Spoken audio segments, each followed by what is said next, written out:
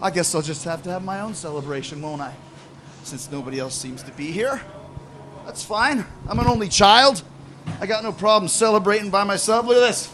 Cheap salami. That's what Chris Jericho gets. Bunch of crap. Look, olives. Can't even get proper olives, can ya? What else we got? Oh, a little bit of the bubbly. This is insane, you guys. Yo, this is sexy, man. Broadcasting live from the internet, it's Tuesday night, and this is the PanelsOnPages.com podcast with your host, Lee Rodriguez. At the end of the day, babies are terrible people, and I'm not sorry for saying it. Jason Knize. Motherfucker, I won best costume! Jose Guzman. Yeah, I know nothing about Firestorm, except for his hat's always burning. And Kelly Harris. Boy, love, it appears we got a penis in the mail. I glued my fucking eyes shut! I just want to see all these Yelp reviews of Jose's jizz. Oh, sorry, I knocked over the salt. Like you had anything better to do.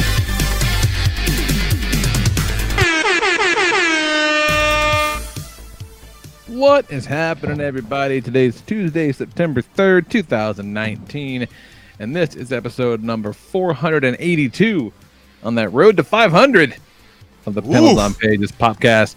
I'm your host, the Lord Reverend Lee Rodriguez, and joining me tonight, we got Mr. Jason Knize. That's Disney legend Jason Knize. That's very true, very true. Kelly Harris. Ooh, a little bit of the bubbly. Mahoney's here. That's Disney legend Mahoney, thank you very much. And Jason Knize's better half, the lovely Mary Knize. And this motherfucker over here trying to mansplain Fievel to me today. And I was Was I not right? Yes. I was fucking right. Oh, glad you could help him. How does one mansplain Fievel? What was even the context? It was what Fievel's nickname is. Yeah, there's the one little trash person mouse. You had a terrible accent. I was doing some accent, and it sounded like the New York mouse. Like, from Fievel. Hey Philly, hey Philly. And I he calls thought him Philly. I thought it was Billy. It's like, why would they call him Billy? His name's Fievel. He calls him Philly. But Philly sounds stupid. She stomped away to There's go no reason to call him Philly either. It was fucking dumb. It's dumb, but he called him Philly. It's true. And she stomped away to Google it, and from the other room I hear, you're right.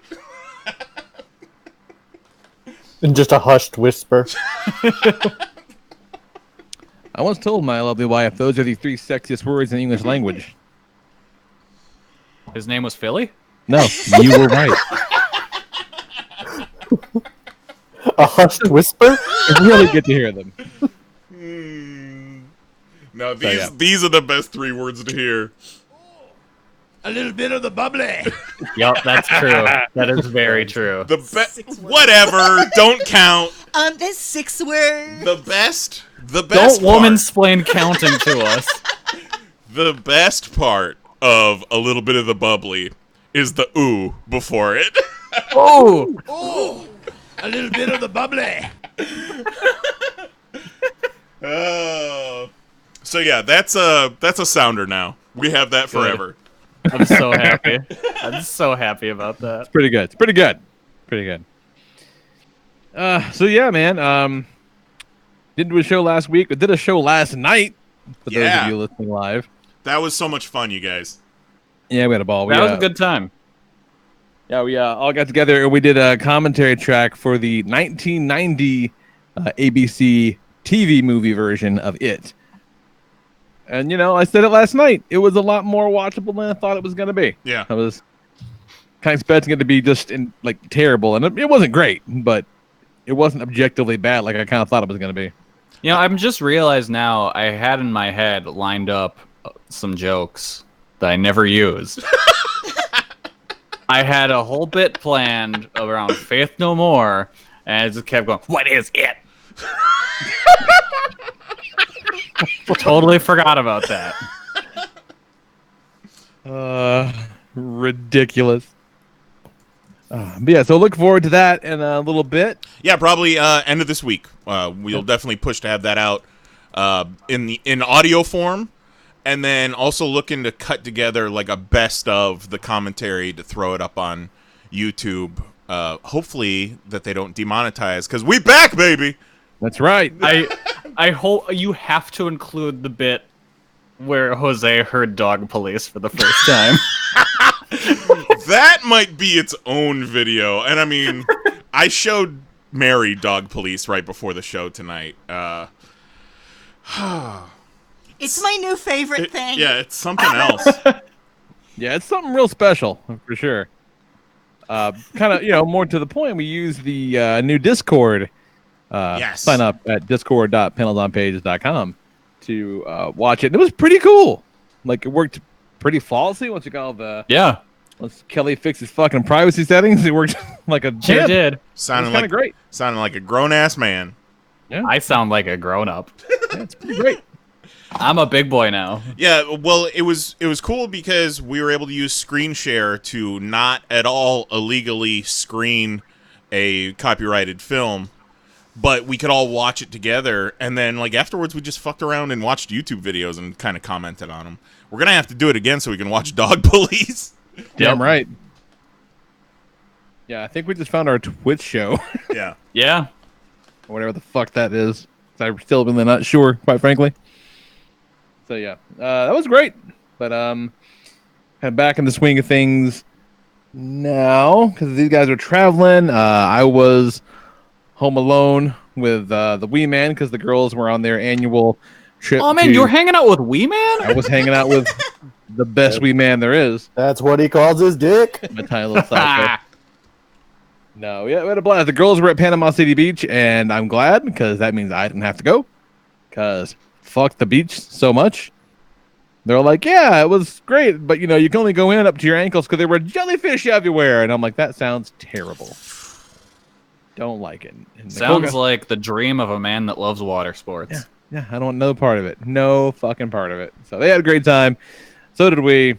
Jax went full on superhuman at the trampoline park, jumping in a giant airbag. It was hysterical. No fear in that little bastard. He's going to be great. Yeah. Superhuman coming to Coco. Live and in person. Probably not coming to Coco. He's probably in Coco. Probably in Coco already. Yeah. Yeah. There's no way that guy drives. He's not making any sort of commute. Nah. I mean, best case scenario, good friend Paul will drive.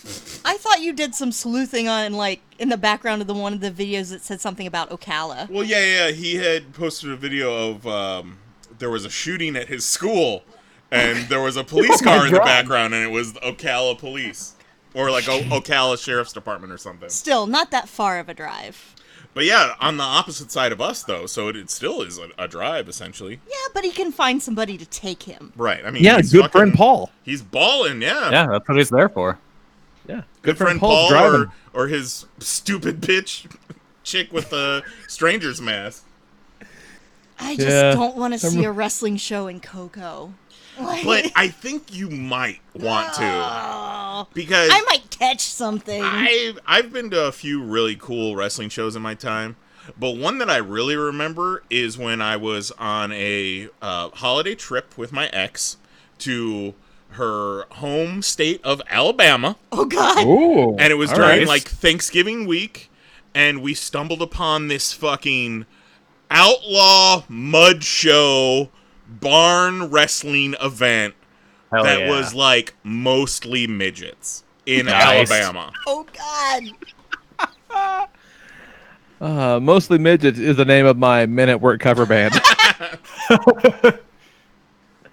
Oh, that's ridiculous. Like there were midgets in the ring and in the crowd. Like they brought their families. They brought their whole village. So unwoke.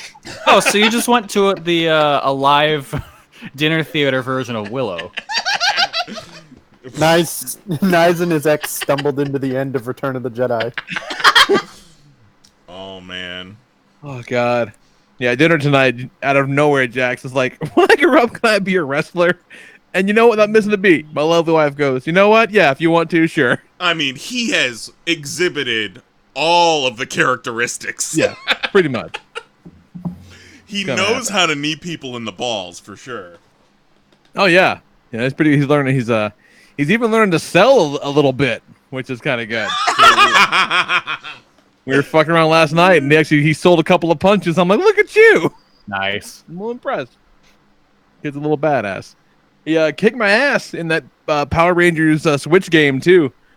Like, just button mashed his ass off and beat me like legit 3 times. I got pissed. This isn't supposed to happen. Doesn't make any sense. This isn't a real game. Let's see. Like, otherwise, I did all the shit I normally do when Nicole's gone. Oh, I built a model. Ooh, what'd you build? I built that Flame Toys model, the IGW Optimus, and it's fucking dope. Real nice. Watched a lot of Dragon Ball Super when I did that, and I watched Ichi the Killer for the first time, and that movie's fucked. Yeah. Oh, it's real fucked up. Yeah, real fucked. It's great. I liked it, but it's super fucked up. Yeah. Yeah. But kind of the big piece of news. Mary, you should not watch that movie with Knize when he watches it. Okay. Good point taken. Mary shouldn't watch that movie ever, I don't think. No. I feel like it would not do well for delicate sensibilities. When you go to bed, I'm watching that sucker. Yeah, is it like super gory? Violent. Oh, it's very gory. Okay, yeah. Not for me. It's very gory in what I'm going to call very creative ways. Yeah, no. Like, no shit stuff I've never seen in that movie. And like, it looks kind of a little too real at times. Like a snuff film. Yeah. He's got the one kind of main dude has got a guy hanging up by his back, like kind of just like flesh suspension, you know? Oh no. And he's pouring like, you know, hot oil all over his head and shit. And the kind of boss of the family walks in and he goes, "What the hell are you doing?" And he looks at him. He just goes, "I mean, just like a little torture. Like, this isn't a big deal." And he's like, "Are you fucking out of your mind? You can't just do this." He's like, "I mean, I guess we'll let him down." He's so annoyed. He's a total fucking psychopath, this guy. But it's yeah, what's it? It's not a fun movie. I really enjoy it. Like it's not a good time, but it's worth watching. No. I enjoyed it, but it's not fun. It's just dark and kind of sad, and none of the characters are likable at all. How about this, Mary? I mean, Ichi's not the worst. I mean, he's not the best. No, but he just kind of likes to jerk off. Oh, fling that hot soup. He wants to kill people. Just like everyone in the movie is a scumbag in some form or fashion. Yeah. But this goes to my theory that Takashi Miike is the one director that if I was forced to choose one director I could only ever watch their work, it'd be him because of just the wide variety. Yeah, you'll get some of everything. I always say. That boy ain't right. True. Mahoney says it all the time. Yeah. Takashi meat soup. God damn it. But the kind of big to do while they were gone is had a couple people over Saturday night. And that's right, a couple. I hosted multiple friends, which is a big deal for me. What? Whoa. Wow. Yeah. And we weren't there? More than just Goat, exactly. Without your wife present? I know. What? Thanks a lot, No Lee. buffer. I know. Yeah, I guess now we know who always invites us. It was a big step. But you know, Goat was over and he opened up the cabinet and he's looking around and go, "What are you looking for?" I go, "I'm trying to see if I have any of that whiskey left." And I said, "I don't know. It might be out in the garage on the shelf." Okay, cool. He goes out. Uh-oh.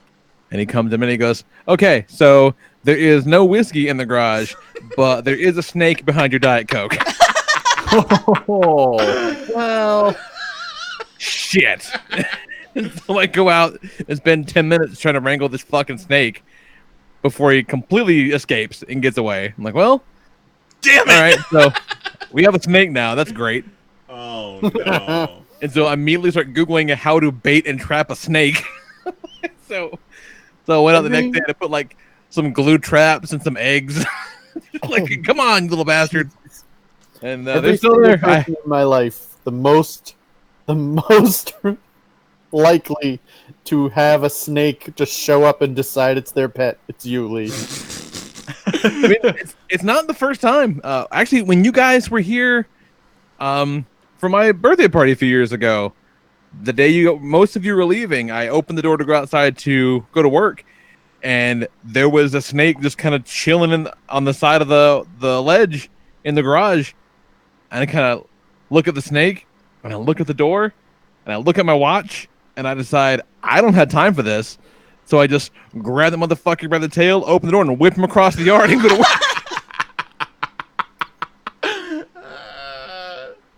I hear there was no time to be delicate with this little fucker. Had to go. Nature is horrifying. Yeah. I hear if you grab a snake by the tail and then whip it like a bullwhip, it'll break their neck and kill them. I believe it. That one was like pretty girthy. Like it was a significant snake. I'm talking maybe 4 or 5 feet long. Like it was a big snake. So you're talking like CrossFit gym, with the ropes. Like a fucking snake. The one that's he's gone. I haven't tracked this. I think he's gone. I named him Harold. He was like you're a snake man. Maybe now. like maybe half an inch thick, foot Nice. long tops. Like he was a little fella. Like I could have. That's a worm. That's a worm, I just Lee. couldn't get my hand on it. You're describing a worm. You found a slug. You found a slug, Lee. You put that thing in an envelope. You mail it to Kristen. Yeah, maybe like I'm 2 feet tops. Like it was not very big, but I just big enough to where we got all pissed off and got away, and it went under the bottom shelf of this big kind of standing shelf. All like the drinks, like there's 400 pounds of shit on it. I'm not about to move to look for it, and I haven't trapped it. So either it's left, or it got stuck under there and it's died, and it's gonna stink in a couple of days. So either way, I'm just being real careful when reaching into boxes around that area because I don't want that. No, not a fan. Not a fan of No. a wild animal. No. Yeah, I opened up a box out in the mini barn once. There was a snake in it, and I fucking like go running out into the yard, kind of like, oh shit. And Nicole's like, "What are you, some kind of bitch? Scared of a snake?" And I'm like, "Okay, no, like I'm not like actively scared of snakes, but were I to open the mini barn and there was a fucking deer in it, I'd be alarmed. Doesn't mean I'm scared of deer. I don't expect there to be wildlife amongst my possessions. Are we to believe you're not afraid of deer? You're afraid of horses. I'm actively allergic to horses. Deer are just like Deer are like horses. scarier horses. Yeah. No, I'm not Yes. scared of horses. They're just horses with horns. Yeah. And dumber. They definitely are dumber. That's true. Like they don't give a fuck. No, they really don't. They're Well, too stupid to give a fuck. They'll break their necks on your car and be like, "Hey, you still want some of this?" Yeah, that makes them more dangerous. Look, I can use my head like a mace now. Ridiculous. Yeah, other than that, just gearing up. We're heading out Thursday for Dallas, going to my brother's wedding, which I need to write, because I am performing that wedding in a number of hours. It's gonna be fun. It's gonna be good. I've never been to Dallas before, so should be big time. You should. Lee, you know exactly what you should say for the toast, right? Please go on. Nice, hit it. A little bit of the bubbly. There it is. His wife to be says, "Yeah, my family, they're just a bunch of crazy drunk Mexicans, so it's gonna be a good time." And I'm like, "Oh, boy, Perfect. Read some Latin from The Exorcist and be done with it. yeah, be no problem." Well, there's me one guy in the back going, "This sounds vaguely familiar." The Yeah, power that's all of I got. Christ What's going on, compels. Kelly? What you been doing this past couple of weeks? You know, I had to check my Twitter feed because I really don't remember. Yeah, that's what you do when you get nice. old. And that didn't really help me much either. I guess I haven't been doing much. Like I beat Fire Emblem, so that's good. I found out that I got like the secret hidden ending without trying. Like I just fell into it. And like people are actively trying hard to get this ending, but I just kind of talked to the right person on the right day and it happened. So that was cool. I've been playing the new game on the Switch, Astral Chain. if I like that game yet or not. Astral controls Chain? Yeah, it's the one where you're like a cop and you have a like a monster that's your partner, and you go and fight other monsters. Okay. Like that puppet movie. Like, it's a cool idea. The game looks really nice. I'm starting to like the combat a little more, but it's just weird. There's something about it that's not clicking for me. But so yeah, I'm right through that. I played more Judgment the other day. That's still fun. Had to chase down a guy's wig again. Oh Jesus no! Christ. I spit. Just all over Mary. Been there. Oh no! I had a sneeze attack the other day, and she was in the other room, and I was like, "Oh no! I felt it on my leg."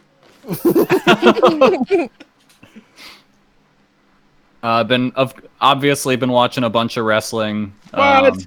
I know, it's crazy. Watched the GCW shows from Japan. Those were pretty cool. Really cool to see the fans get excited about those. Got to see legit, son. Damn. Yeah, no, it looks cool. It's made by the dudes that did Bayonetta. I can see that. Yeah. Yeah, no, it's a cool looking game. Like, regardless, I'm gonna play through it whether I like it or not, just because aesthetically I really like the game and I want to just keep going with the story. Yeah. Like, they even kind of know that, like, you might not like this game because there's full-on a mode where you can just turn it on and the combat plays itself. Oh, God. All right. Yeah, like, I think they kind of just knew, like, some people might not like this, so we'll help them through it. But yeah, on the in Japan show, you got to see the rematch between Great Sasuke and Joey Janela. That was cool. Oh, shit, son. Yep. So what? So is that cool because Janela's only under contract in the U.S.?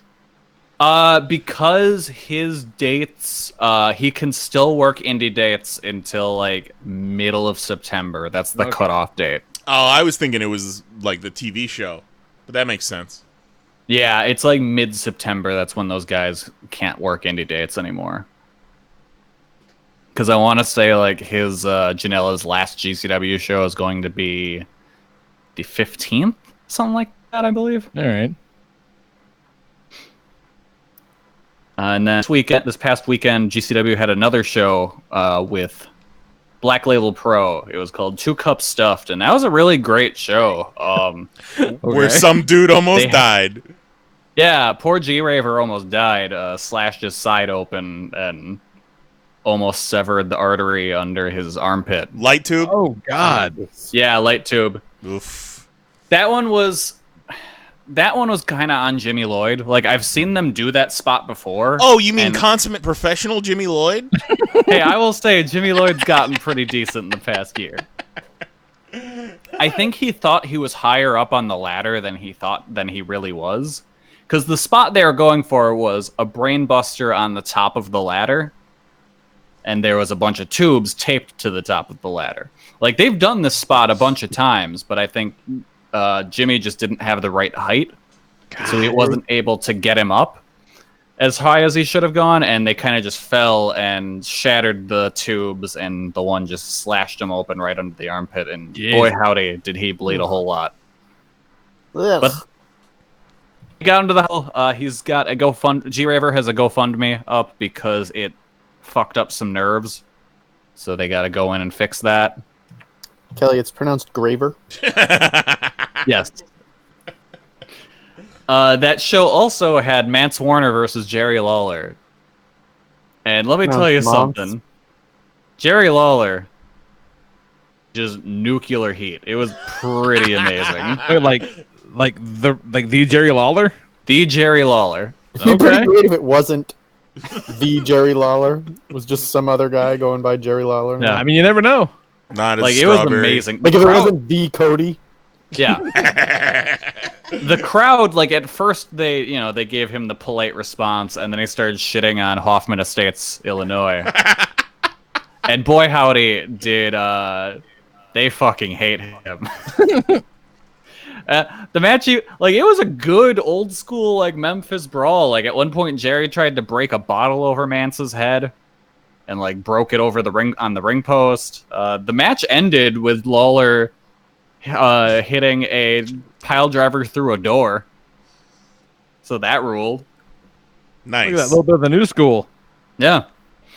And then the main event was Nick Gage defending the GCW Heavyweight Champ or World Championship against Effie, who is a semi-well-known in the indie scene wrestler, known primarily for being very Gay. Yes, I was trying to think of a way to say it. He's a gay boy. Yes, very. I know Effie originally from when he chokeslammed Izzy. Oh, okay. That I didn't realize that was him. He was the one that chokeslammed the little Bailey girl. Okay.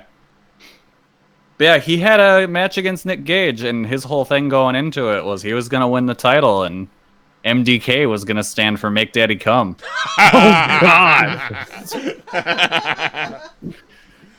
Jesus Christ.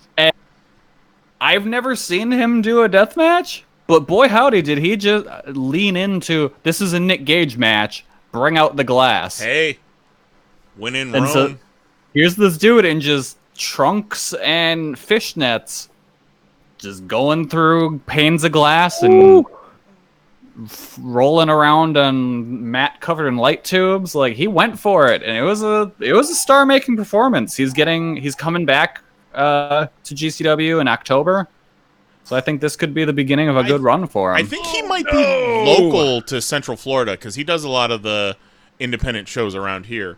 Okay. I would think that fishnets would benefit you in a death match. Kind of like It might. a reverse hairnet I can see that. would protect you from all the shards, or it would just be shredded within the first 2 minutes. It was getting shredded pretty good. Not any worse than a regular Friday night. Isn't that right, Effie? Just watched a video from the crowd of that G-Raver spot gone wrong. Oh, it's bad. Oof. It's You want to watch it, Mary? Oof. Link. Pronounced Graver. Graver, everyone. Oof. Like gravy. Right. The forgotten General Mills monster. Graver. Yeah, exactly. Gravy-flavored cereal. Yeah, it's a very similar injury to what happened to Nick Gage a few years back, where he actually died on the flight for life. Cookie marshmallows. Christ. Don't somebody's gonna fucking die, and then it's Yeah. So like that's what Nick Gage talks about, how he fucking died. He actually did die, and they brought him back. And he's like, you know what I'm going to change about my behavior? Fucking nothing. Well, that was before he went to prison. doing it for the kids. Yeah. I will say, though, if you watch a Nick Gage entrance, like the one, especially the one on that before that match with Effie, he gives out so many hugs to people in the crowd. Like, they're very aggressive Nick Gage hugs. But he just loves his fucking gang. But hugs nonetheless. MDK all fucking day. Yeah. Yeah, no, if there's any gang you want to be with, it's MDK. It's all about fucking hugs. And loves cupcakes. They're his favorite. J-Pop in the chat talking about Hoffman Estates, and when we were watching All Out, every time they were like, "What's going on, Chicago?" I'm like, Hoffman Estates, come on. Yeah. No one actually runs Chicago. Come on, it's Hoffman Estates or it's Rosemont. Get it right. Yeah. Well, and that brings us to AEW's All Out, which we all here. Pretty good. We all watched, right, Mahoney? Oh yeah, I definitely watched it. Mahoney, what do you think of Cody's match? I thought that Zach could have helped him more. Every time I see Cody now, I think of Mahoney. Because Cody is Mahoney's favorite wrestler. Yep. What a ridiculous name. He came out dressed as a Star Trek. Yeah. Why? He should have brought Ashley Tisdale out with him. I don't know why he came out dressed like a Star Wars, but he did. Gets it out there, don't you worry. Because he just likes Star Trek. I don't know, but Brandy was a great 7 of 9. More like a 10, am I right? Oh. Yeah. More like a 6 of 9. Nice. Nice. It was a good show. I liked it. I haven't seen we didn't watch the main event. We watched it after the fact. I think it was like 1:30. We're like, you know what? We should turn this off. I'll have another 40 minutes of it in me. The main event might benefit from some space. I thought it might, yeah. I liked the main event quite a bit, but I could totally see that, especially after the insanity of that ladder match. It was too so long. good. The show's too long. Yes. Like, they hit the sweet spot with Double or Nothing and with Fyter Fest, and now they're doing 5-hour shows every time. Yeah, no, it needs to be a nice tight 3 hours. Which means, get your money's worth out of it, and I appreciate that, but it's just too long. Yeah. But what was Couldn't fun, agree though, more. is that Goat was here with his lady and Nicole, and I thought, we thought they were going to be hanging out while we watched wrestling, but they sat and watched wrestling with us. Whoa. And God, Nicole was Statler and Waldorf. She was just drinking wine, talking shit the whole time. Did Nicole remember anybody? Yeah, she been a few, yeah. But Goat's lady has never seen a single wrestling ever. Oh, that's So she was cool. Completely like the completely unfamiliar. No with the wonder art he's form. marrying her. Like, so it was fun. It was fun. I'm like, Was she into it at all? Yeah, it was. I mean, because it's some of it's objectively cool to see, and unlike when Mahoney watched, they were kind enough to not put the goddamn librarians on the card. So, Right. Oh, I was very happy. There about wasn't anything that was outright cringy on this show, but except for the big sex perverts, which I still don't like. Them. It's- that. Yeah, See- what'd she think see- of the spooky perverts? I like Didn't the, like the spooky perverts. I like the spooky perverts. I identify. We skipped I skipped the spooky pervert match just because I love the best friends, but I don't like the spooky perverts. They're Yeah. good. They're good in the ring. And They are. And it's not like they overdo the gimmick, I feel. And looking at Evil Uno, looking at his body, I feel seen. I feel like I could do this. Yeah, they didn't know what to make of the Darby, Jimmy Havoc, and Janela match. So all three of these guys look like fucking lunatics in different ways. I'm like, Oh yeah, my that's what makes God. it great. I loved it. The app started to take a dump during that match, so we missed some of it, but Oh, that's man, love those guys. Yeah, it was great. Yeah, The that match was so much fun. Skateboard covered in thumbtacks. Yeah, that was some shit I'd never seen before. Yeah. Yep. Like And that then- was I really- love the use of the Cracker Barrels. Yeah, Mary thought Darby was going to do the great Sasuke, get inside the barrel. I did too. We were going ape shit. The girl's like, he's gonna do the Sasuke. Well, there's that, but then also JR talking about how he'd never seen barrels used in a match like that Right. before, and I was like, wasn't there a guy who uses barrels in his normal gimmick? Yeah, and they used a barrel last year. Right. And all Yeah. yeah. JR just woke up from a 20-year wrestling coma. Yeah. He's like, oh, what is all this stuff? Is that a skateboard? Oh, Jungle Jack. Sauce it. Oh, my God. Yeah, he's Jungle always Jack Perry. he starts off all right enough, but once he starts getting a little sauced up, See, that's what they need to use as a measuring stick. They need to do a show and see how long it takes before JR starts getting a little pissy, and Yeah. that's when you need to cut it. And that's where you rein it in. Because then it was like another 2 hours of JR just being a sass mouth. yeah. At least Marvez wasn't on there because Marvez makes him really mad. He was not on the show, but he was on the post show. They have not learned to not put him in front of a camera, but partial credit. Yeah. I will say, I'm really happy they picked up Golden Boy. Yeah, he's good. Who would have thought that dude would be really good at commentary?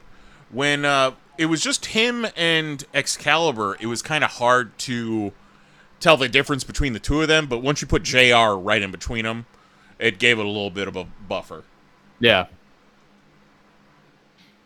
It was a good show though. That ladder match was fucking nuts. Like the ladies match was good, although I don't know what the fuck they're thinking putting Riho up against Nia Rose. It's just a weird freak show match. Riho beat Nyla Rose at Fyter Fest in a triple Yeah. It's a threat. triple threat though. But she And did she pin keeps, her. She That's keeps true. pulling That's out true. these slick wins, but I don't think there's any chance that they're going to not give it to Nyla Rose. the first championship. I did notice that they're like during all the entrances, like they're tracking wins and losses, which is kind of interesting. Right. Yeah, I like that a lot. And okay, that goes to speaking of wins and losses, like this. I think this is Nyla Rose's first win in the company, and all of a sudden she's got a title match because she lost at Double or Nothing, right? I think so. She lost at Fyter Fest.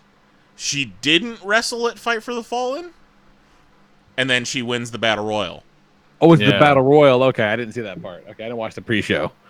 Yeah, you didn't miss anything. Yeah. The pre-show is where all of the production mistakes happen, and then they kind of fix them as the night goes on. But yeah, it's ground zero for bad direction and bad cuts. I saw where they just scared the living shit out of Cody's dog. Yeah, that wasn't cool. No. Like, I'm not a dog person. That was fucked up. Yeah. According to Cody, there was pyro that went off that was not supposed to go off. I don't believe it. The dog didn't get scared and they cut that dude's arm off with the light tube. But he loved that shit. Yeah, no. And then later, Jericho coming out on the horse. I'm like, oh god, I feel so bad for this horse right now. Hangman came out on the horse. Hangman. Yes, I'm sorry. And now I want to see Jericho on a horse. Jericho rode out in a giant martini glass. A little bit of the bubbly. I watch his drunk ass kind of get off a horse. I was really concerned for that horse after what they did to Pharaoh. Like, he got so scared, and then they still drug him out. Yeah, he's a service dog. And he's got his tail between his legs. He wants to run. Like, at that point, you're like, okay, let's turn around now. Somebody just hand him off to someone backstage and be like, take him to his comfy place.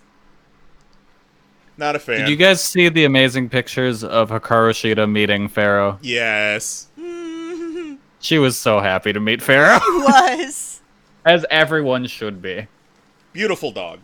Yeah. Some weird booking decisions. I would have bet you $15 Arn Anderson was dead before Sunday. You come out and spine butcher the shit out of that dude. Like, oh, hey, he's alive. And that was I think amazing. Tony Blanchard thought he was dead too. Look like he saw a ghost. I would have taken that bet. Yeah, no, I would have taken that bet. I had no idea. He just got fired from WWE like earlier this year. Yeah, so they picked him up. Yeah, totally thought he was dead. 100%. But yeah, no, that was great. I loved Arn showing up. Hitting that spine buster. He still got it. Yeah. Bucks and Lucha Bros was great. Like, it was, like everything I saw was cool except for, like I said, I could do it the sex perverts. And then, the Kenny Omega versus Pac match was really good too. I thought it was too long for a match that had no build up. Like, to be kind of a last minute, throw this guy in there, it felt like it went for about 10 minutes too long. Yeah, but in this age, if you've got two like thoroughbreds like that, two top names that have never wrestled each other before, do you really need the build up? Yeah. And especially because this was last Pac's minute debut in the company too. And it was last minute. They had to fix it. They had to make a change. You know, they probably budgeted for what how long did it end up being? About 20 minutes? Yeah, it was a little over 20 minutes, I think. And they had to kind of reestablish Pac because everyone knows him as that one WWE guy. If they do know him. Fucking troll face Neville. The crowd started chanting 205, and it's kind of like, seriously, guys? Yeah. That's because, like, I was listening to a podcast, and they were talking about how it's like, well, he had this awesome run in Dragon Gate, but, like, how many people in the U.S. watch Dragon Gate? Maybe, like, 500? It's like, let's say 250 of those people were at All Out. It's like, that's barely a fraction of that crowd. So they totally just had to reestablish him here, and so you give him a good match with Kenny, who the fans are obviously already invested in. Yeah, and it was a good finish, too. I like that finish a lot. Yeah, no, I really like that finish, because it's like, well, Kenny he lost, but he never gave up. Yeah. I've become a fan of Kenny Omega's wrestling after being able to see him a few times. I appreciate it. I do still think he has a rat face, though. Yeah, no, I can see that. And then Jericho goes and loses the goddamn title at a Longhorn Steakhouse. Oh my god. Okay, so good. I recently started following Aubrey Edwards, who was the ref for that match. And I saw her tweet about how, she's standing in the middle of the ring holding up the belt. And she was like, all I could think at that moment was like, don't drop the belt, don't drop the belt. And it's like, well, Jericho just went and lost it. Oh, God, I love our drunk dad so much. I know you do, Kelly. I know you do. But I was going to tweet about this earlier, but I couldn't word it correctly. So let me just ramble on about it on live audio. We complained a lot about WWE not respecting their championships, Either not having them defended on TV for months at a time, giving them to Brock Lesnar and he just fucking pisses off, hot-shotting them from person to person. And, you kind of hope that AEW is going to, respect their championships a little bit. And Chris Jericho loses it at a Longhorn Steakhouse. The fucking It was stolen at a Longhorn Steakhouse. The week he wins it for the first time. He was burgled. For forever. This AEW title, part of its history is that it was lost at a Longhorn Steakhouse. Stolen. Yep. I think if it was anyone other than Chris Jericho, I'd be upset. But this works so perfectly with his character, I can't be mad at it. Because that's just him. Yeah, he had a little too much of the bubbly. That's just him now. He's the drunk rock star dad. Of course he's gonna go take a limo from the airport to the Longhorn Steakhouse and get the title belt stolen from him there because he's having a little too much of the bubbly. Why was he at a Longhorn Steakhouse in Tallahassee, Florida? Because that's just the perfect place. That's for him where to all go. the stepdads go to die. Exactly. No, it's all too perfect.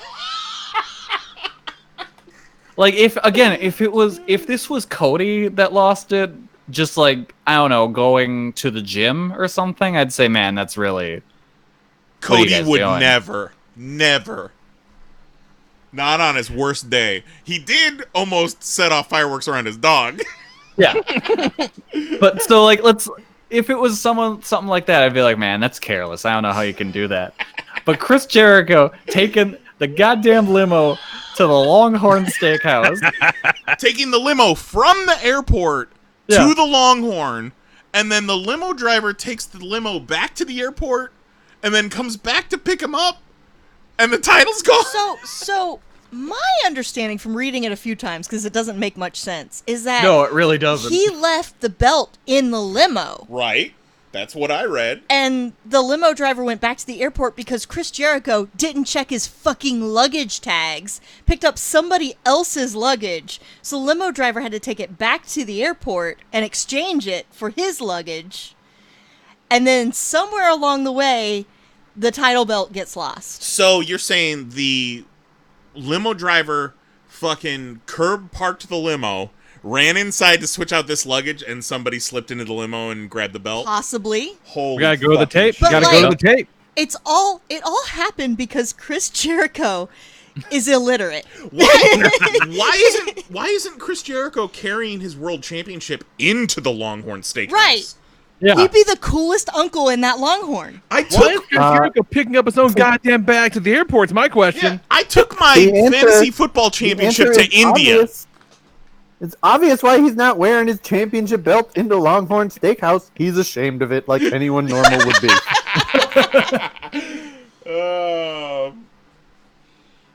It makes me happy that Mahoney said that and then went on mute.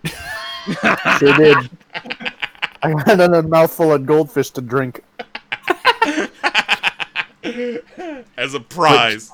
Yeah, but it's just, if it was anyone else, I'd be upset, but because it just fits so well with his character. And you've got a good spot to start the TV angles when they hit TNT. So He's doing a worldwide search. But man, okay.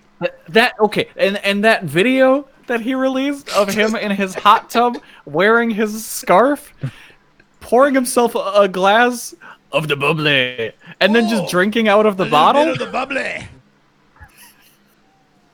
Come on, it's so good. It's pretty good. I was all in was like a religious experience. Like I was so happy to be a part of that, and I was excited for the future. Then Double or Nothing happened, and that was like, for all intents and purposes, a home run. Aside from production issues and a weird pre-show. Fyter Fest was cool. We were there live, enjoyed it, but then like Fight for the Fallen kind of. You start to see some chinks in the armor, and then I start to see some weird shit happening on Twitter, like they're posting tweets with low-res images. They're making little mistakes that is starting to worry me. And then All Out was good, not great. And this is leading into them debuting on TNT, and I'm just kind of like, I'm kind of trying to nag them to get my hopes lowered, because I feel like I'm going to get hurt otherwise. So, all of these little mistakes, like losing the goddamn championship, just worry me. I don't think you can put losing the championship in the same class as weird pre-show.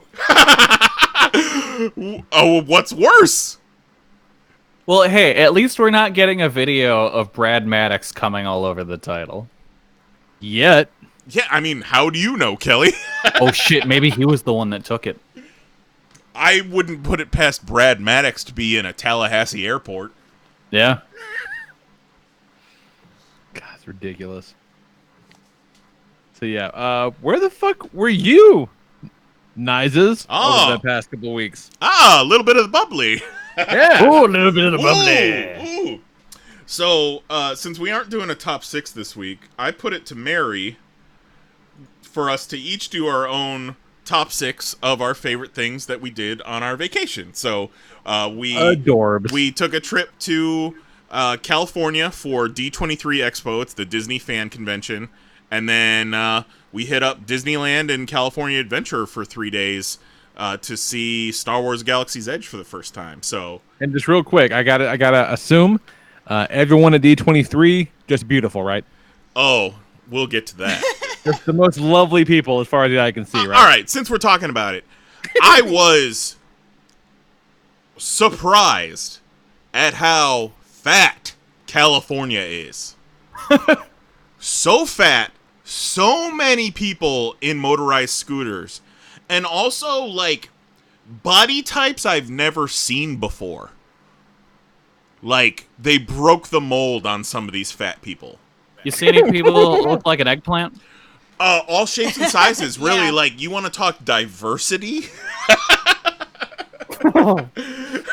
Like, some of them held all their fat on their shoulders. Some of them held all their fat in the backs of their thighs.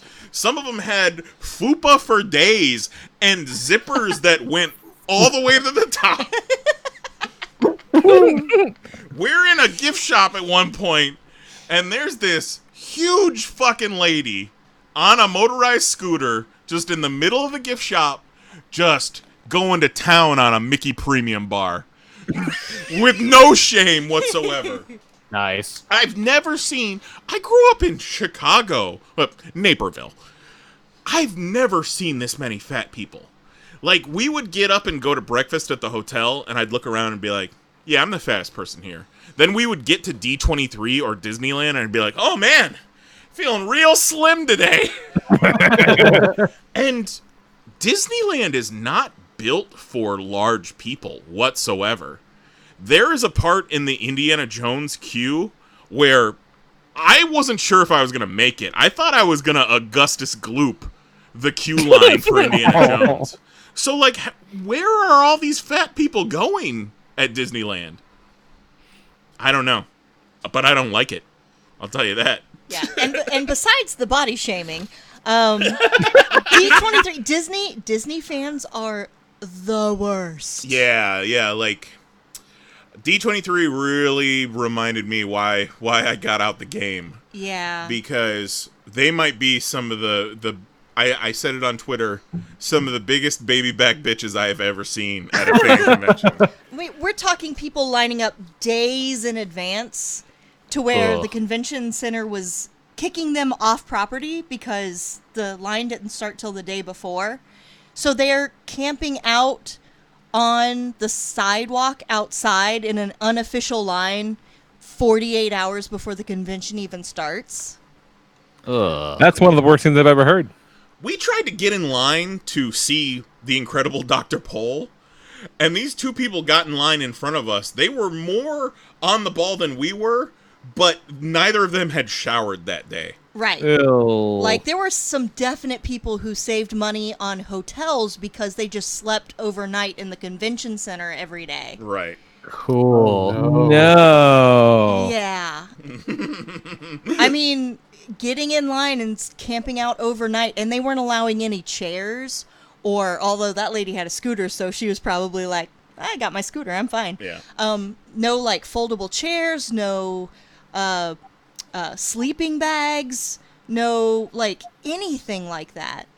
And people were just camping out on a concrete floor all night. And everything was lines. Like, not just to get into the convention or to get an autograph or go to a panel or something.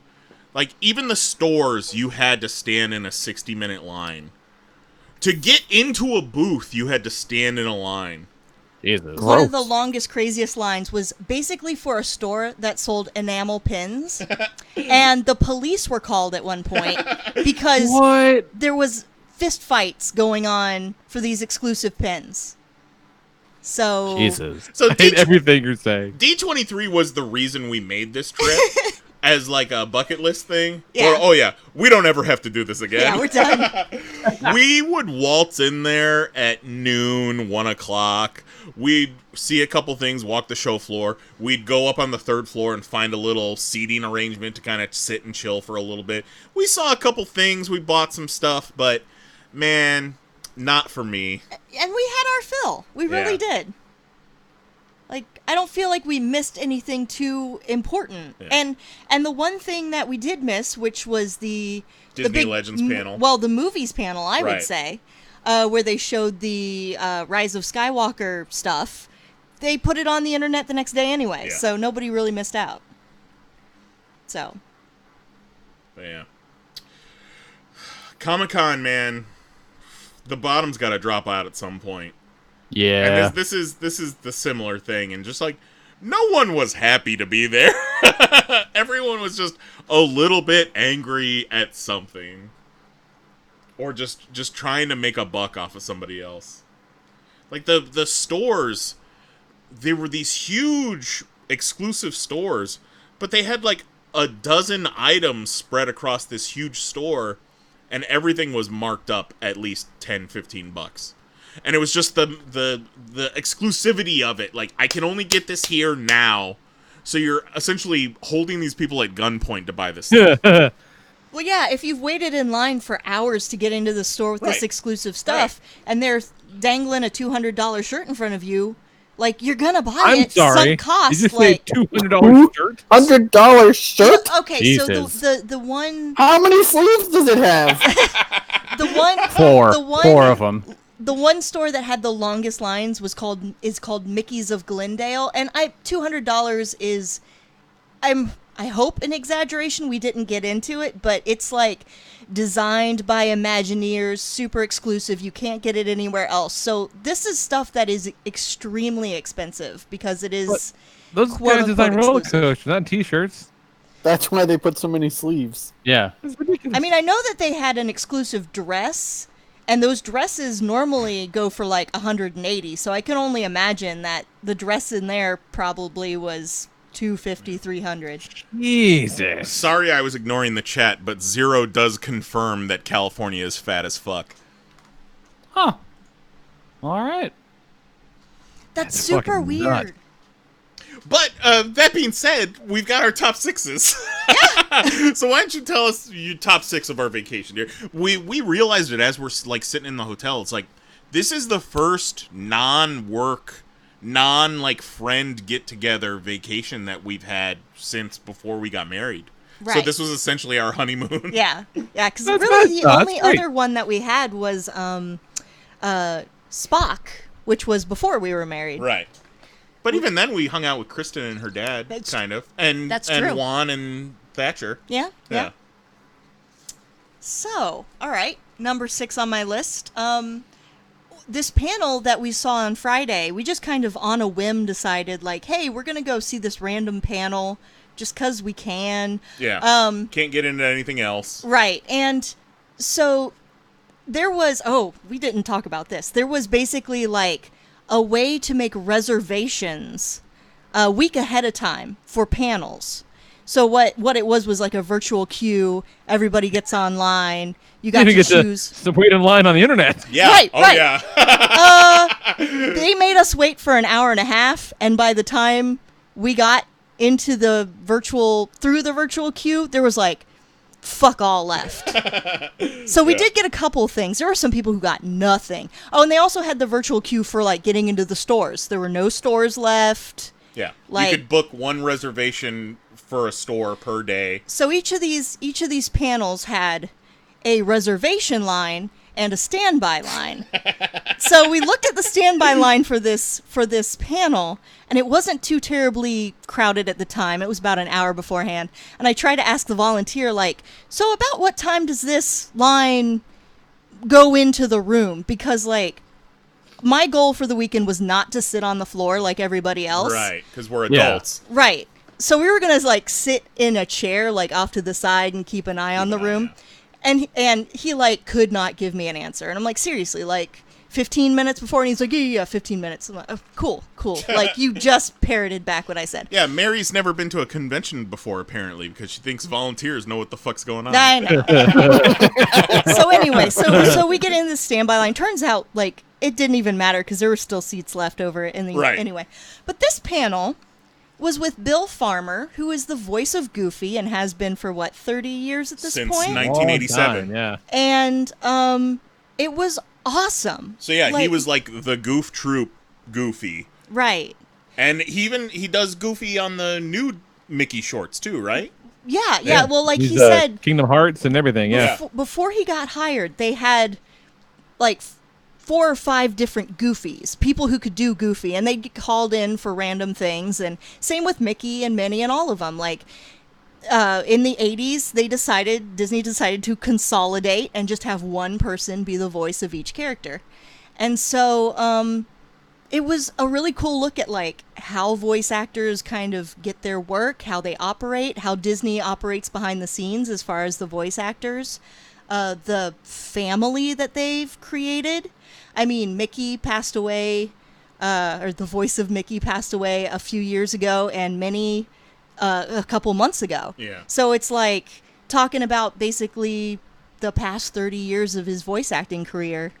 And it was just really cool. It was... Yeah, that sounds awesome. It was pretty cool to hear Goofy live. Right. And he wasn't shy either. Right. And one of the best things that came out of that was he was talking about the Goofy shorts that was like how to set up your television system your and things.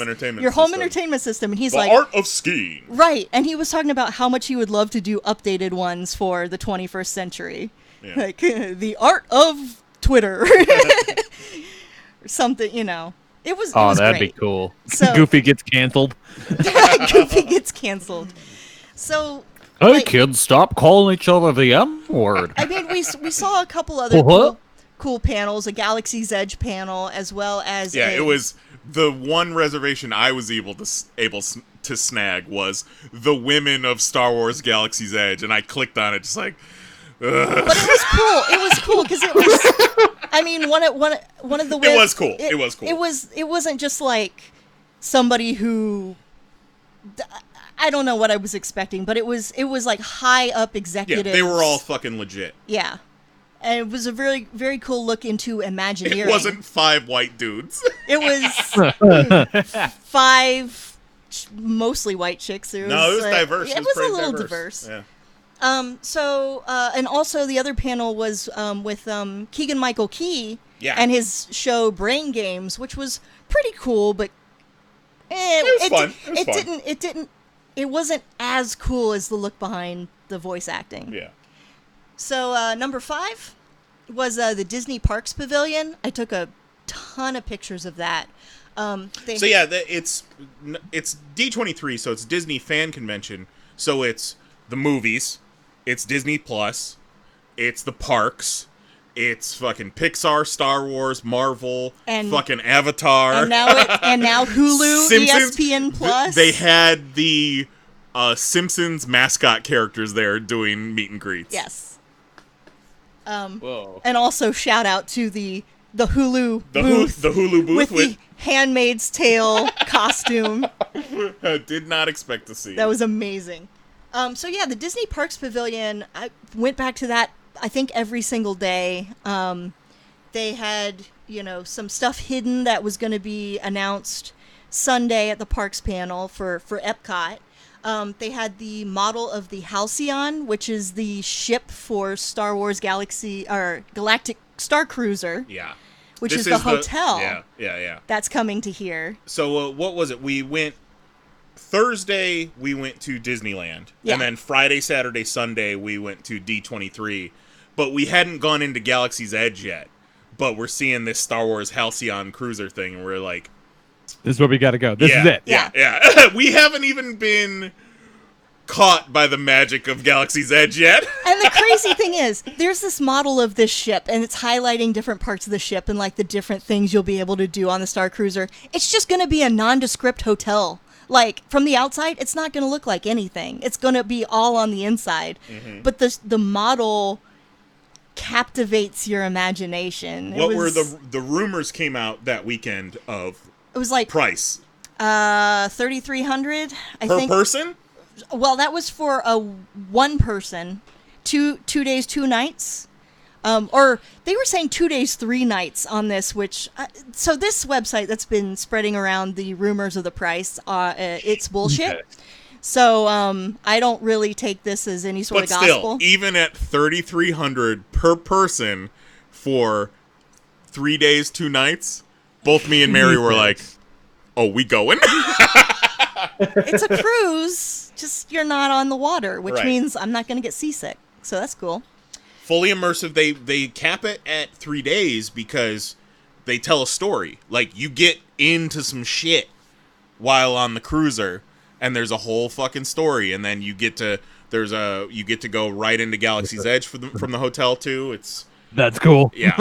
Yeah, dope. you basically have a day at port, and that is inside Galaxy's Edge. That's fucking cool. It's so rad. Like, I'm in. At the Parks Pavilion, too, they had, like, the Tron Light Cycle, which they're bringing into Magic Kingdom, and this crazy little bike that you'll basically be riding.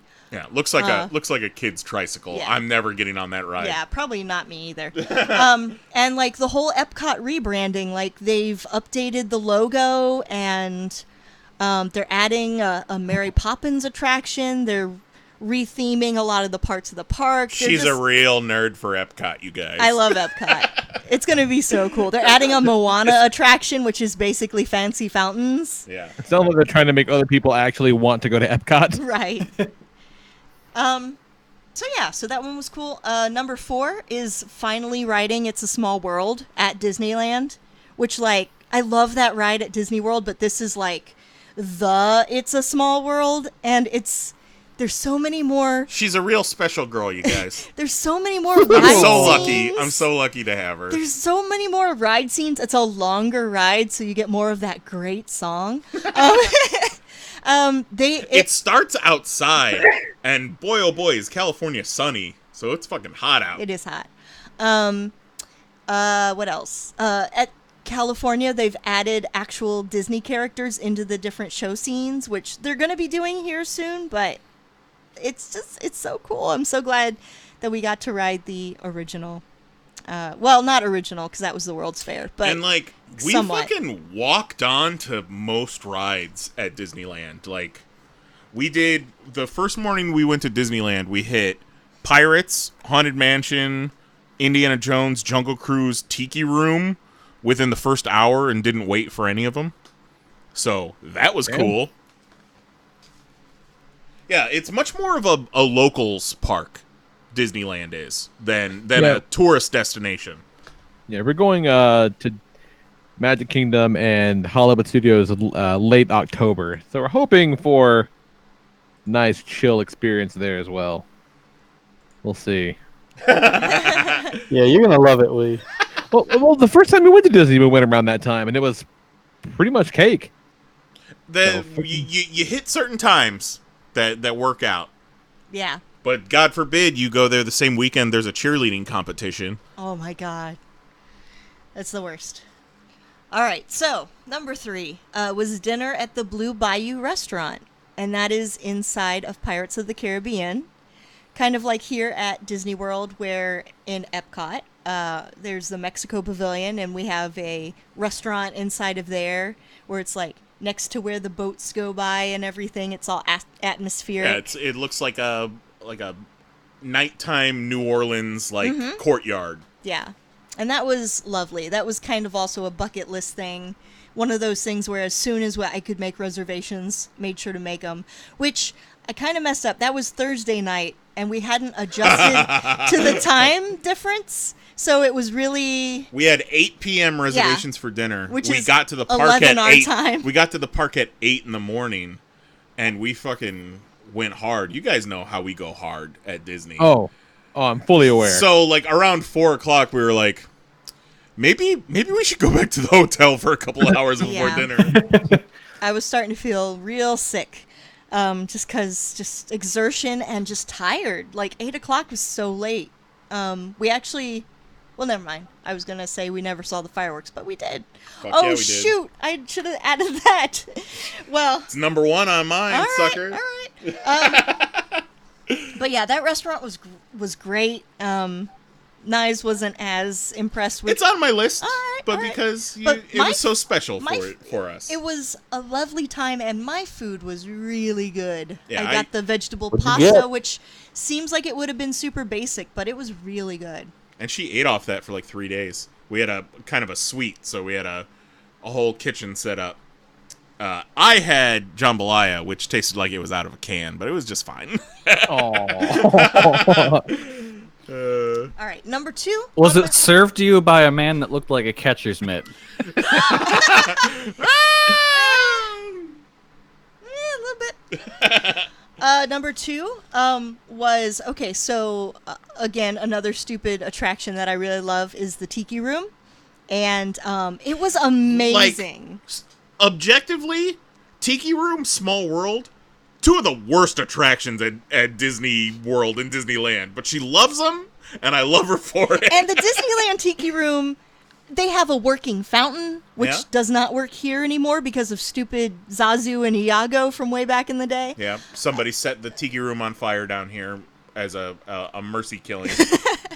And so, like, they have the fountain. It's a smaller area. The attraction host was great. Yeah, he was on it.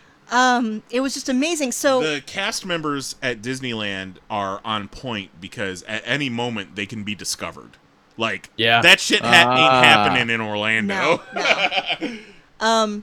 So, so we get through the Tiki Room, and we're leaving, and we notice that the Dole Whip stand is opening up right then. So What's a Dole Whip? A Dole Whip is basically like a pineapple soft serve. And it's like... It's really fucking good. It's a Disney... That sounds lovely. It's the number 1 thing for Disney geeks. Dole Whip is the thing. You can only get it at Disneyland, Disney World, and the Dole Plantation in Hawaii. It's like some In-N-Out secret menu shit. So anyway, ours here, it's basically just Dole Whips. Like, that's all they have is, like, you get a Dole Whip, or you can get it, I think, on top of, like, a donut, and, like, that's about as fancy as it gets. Yeah. There, they have loaded Dole Whips where they put shredded coconut on top. I think this had candied hibiscus. Candied hibiscus. That sounds horrible. They put Pocky in it, chocolate Pocky, and some mandarin oranges and mangoes. Oh, that was the best. And because we were the first ones to order a loaded Dole Whip that day, they gave us a button. Oh, that's cool. That said, first loaded Dole Whip of the day. It was so dorky, but it was lovely. It was very magical. And oh, God, it was so good. It was so tasty. We wanted to go back for another one, and we never made it over there during my number 1, which is Galaxy's Edge. Yeah, bitch!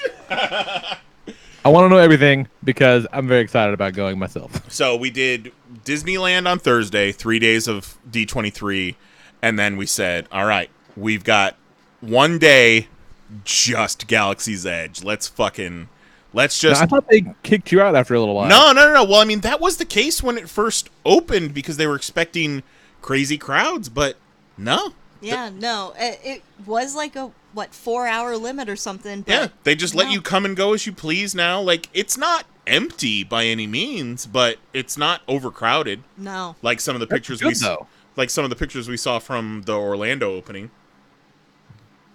So what's some of your favorite stuff of Galaxy's Edge, my dear? Tell them. All right. Because I know, I was there. So the top of my list, although after we talked about it a little bit, I was like, oh yeah, I do remember some crappy things. I mansplained her down. Yeah, exactly. I was impressed with the food and drinks. Like, I thought for quick service theme park food, it was really good. And Blue Powerade all day. like, I really enjoyed the blue milk and the green milk. The green milk not as much, but the blue milk, I thought it was delicious. Did they suck it right up a blue titty? No. No. It was like the texture of a frozen Go-Gurt. So it was like That sounds awful. It was like not quite a milkshake, not quite ice cream. It was like a milkshakey slushy. Yeah. Or like a smoothie. Like a fruit smoothie. It's like an idiot put ice in their milkshake. Yeah. But flavors are very subtle. Like, I couldn't taste the difference between the two. She swears on one of them. I don't know. The green was a little bit more herbal. So, but I tweeted, this experiment cost us $16. Yeah.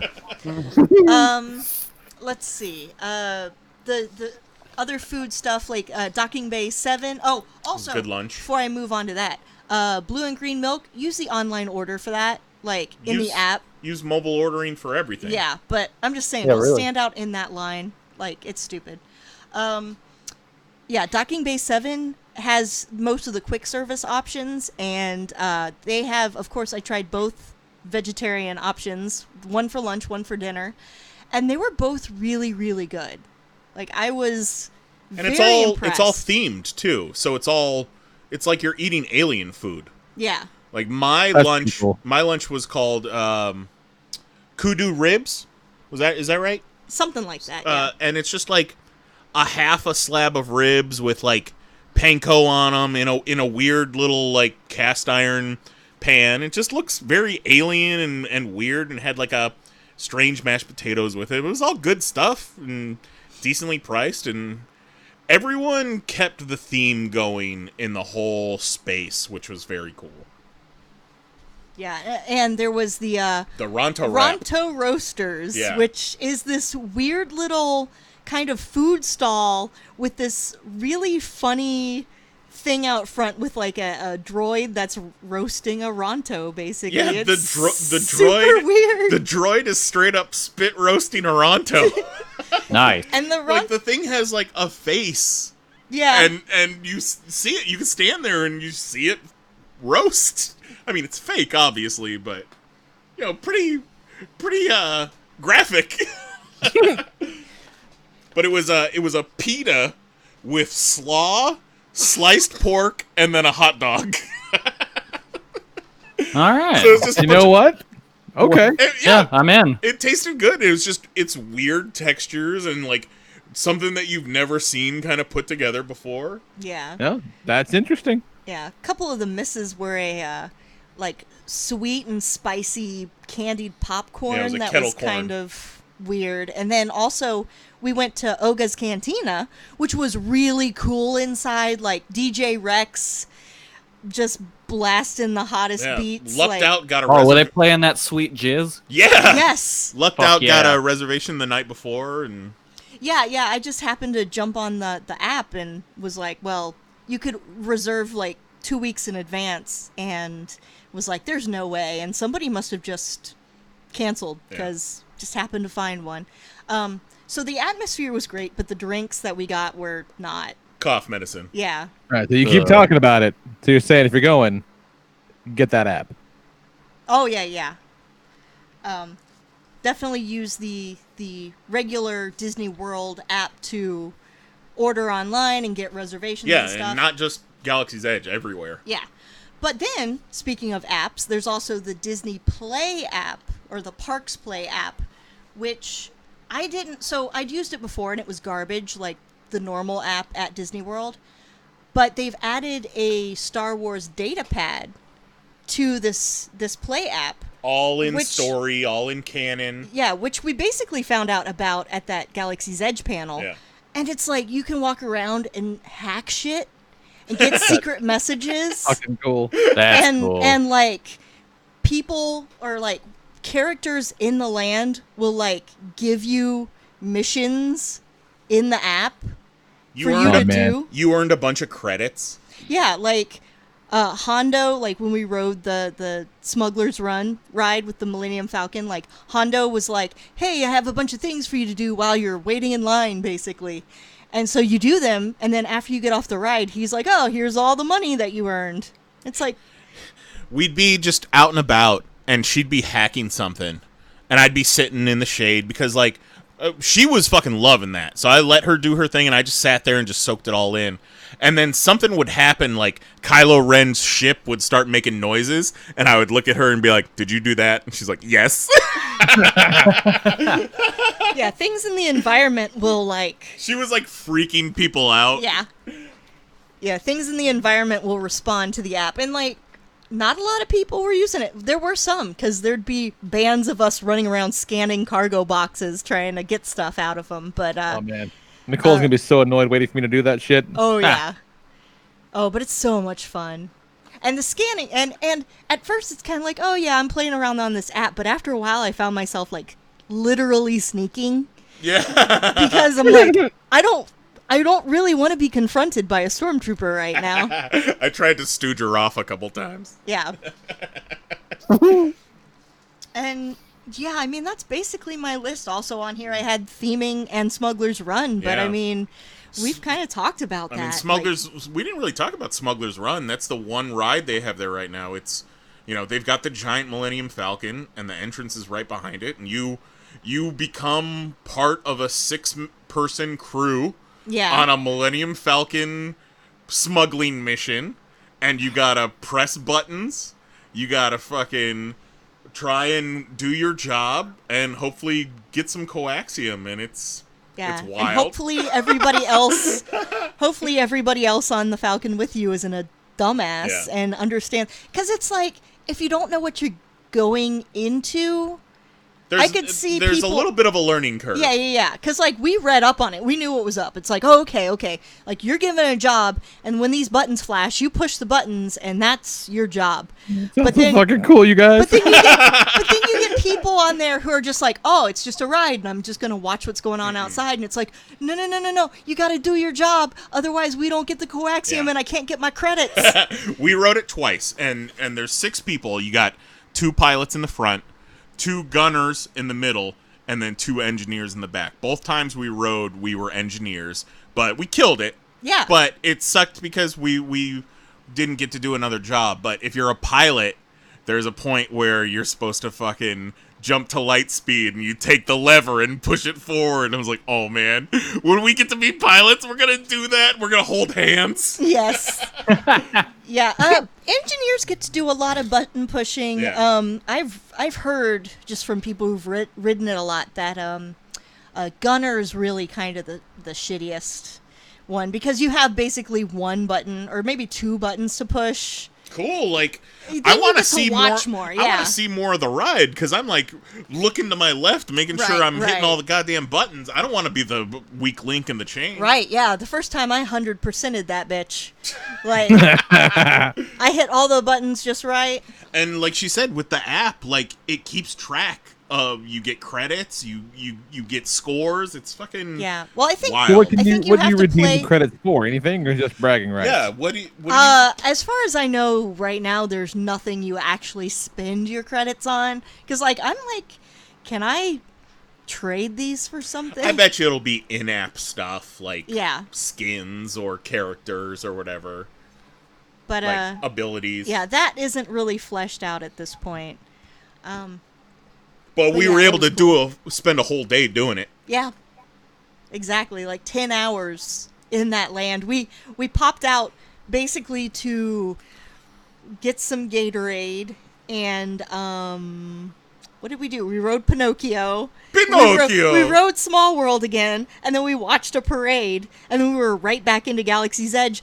Well, that was the third. That was the third time we went back into Galaxy's Edge that day, because we went there originally. We left like around lunchtime. Right. Went back. Right. Went to watch the parade, Right. and then went back after the Yeah. parade. Yeah. So You're so great, you guys. They I do can't the wait. they do the Magic Kingdom fireworks. Disneyland. The Disneyland fireworks. Sorry.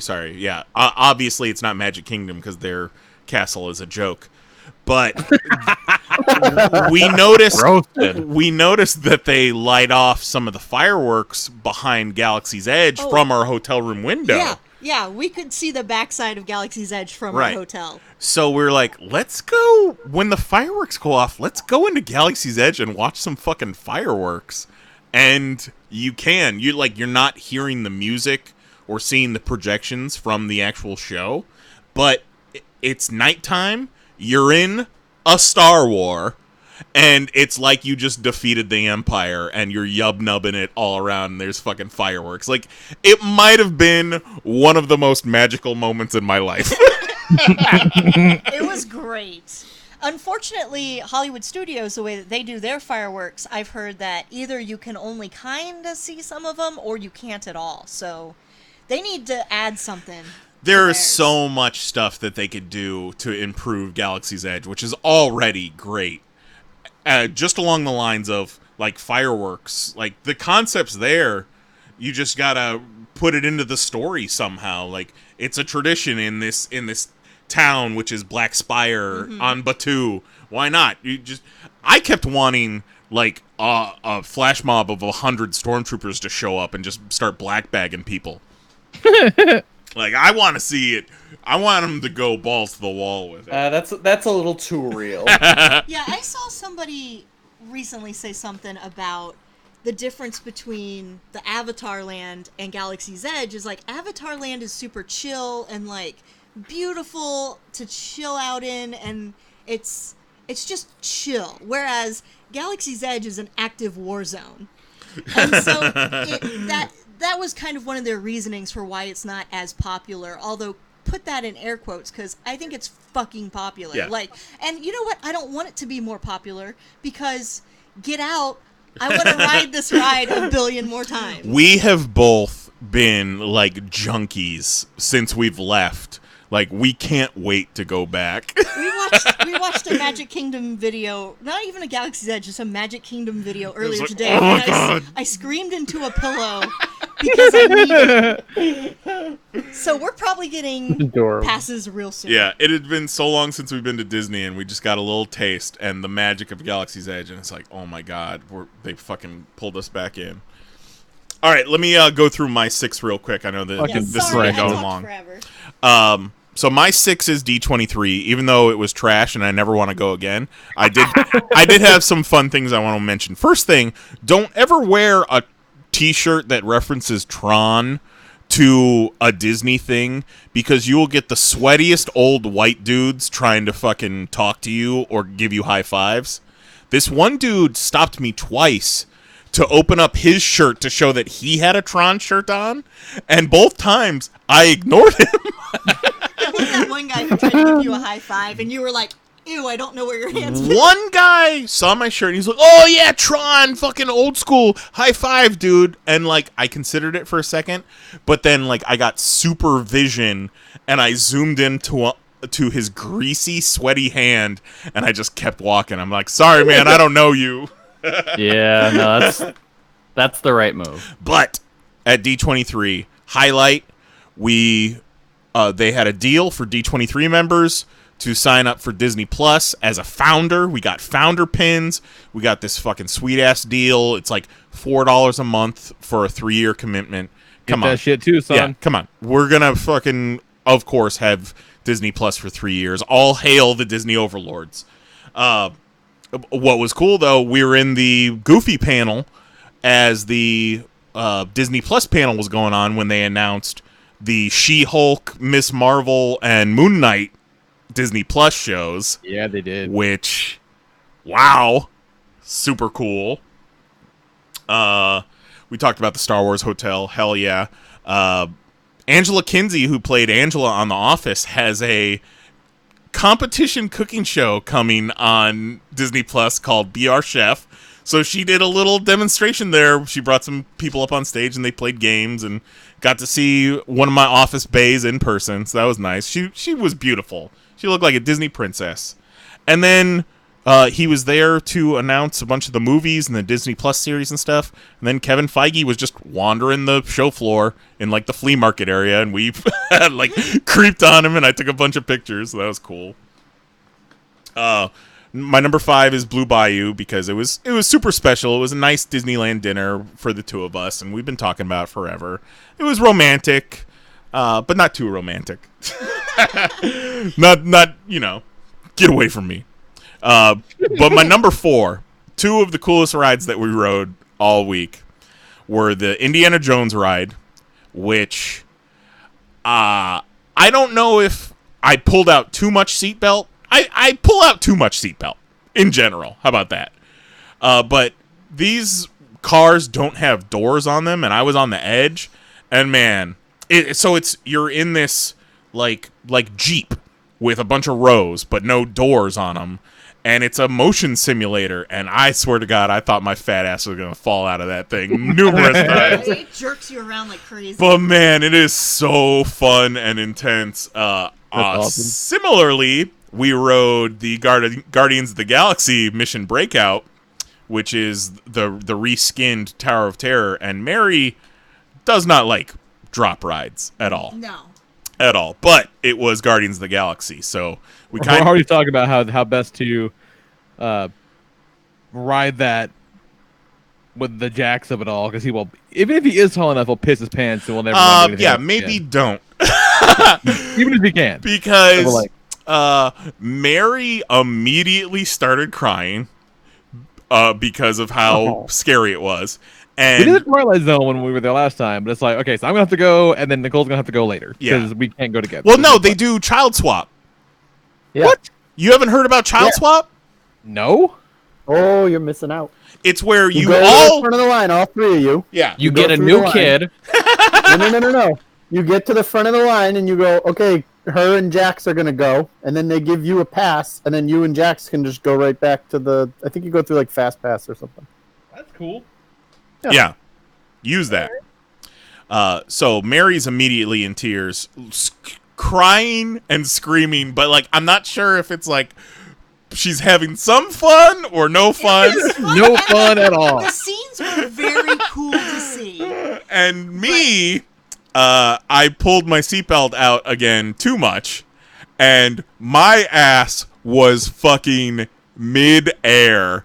I left my seat a half a dozen times and was holding on to the seatbelt as hard as I could. Yeah, God. I can't remember how our Tower of Terror is, but I felt like there were bars. They were bars. Where this one was seatbelts, so you had nothing to hang on to. Yeah, but with the bars go across the entire row. So care. you would have been fucked sitting next to me. I don't care. I had nothing to hang on to. It's true. Well, we were also in the front row. Right. So if we were maybe in one of the other rows, you would have had something to hang on to. But it's one of those things where it terrified me at first, and then it was like, okay, I'm just in for the ride. Yeah. But the tears wouldn't stop.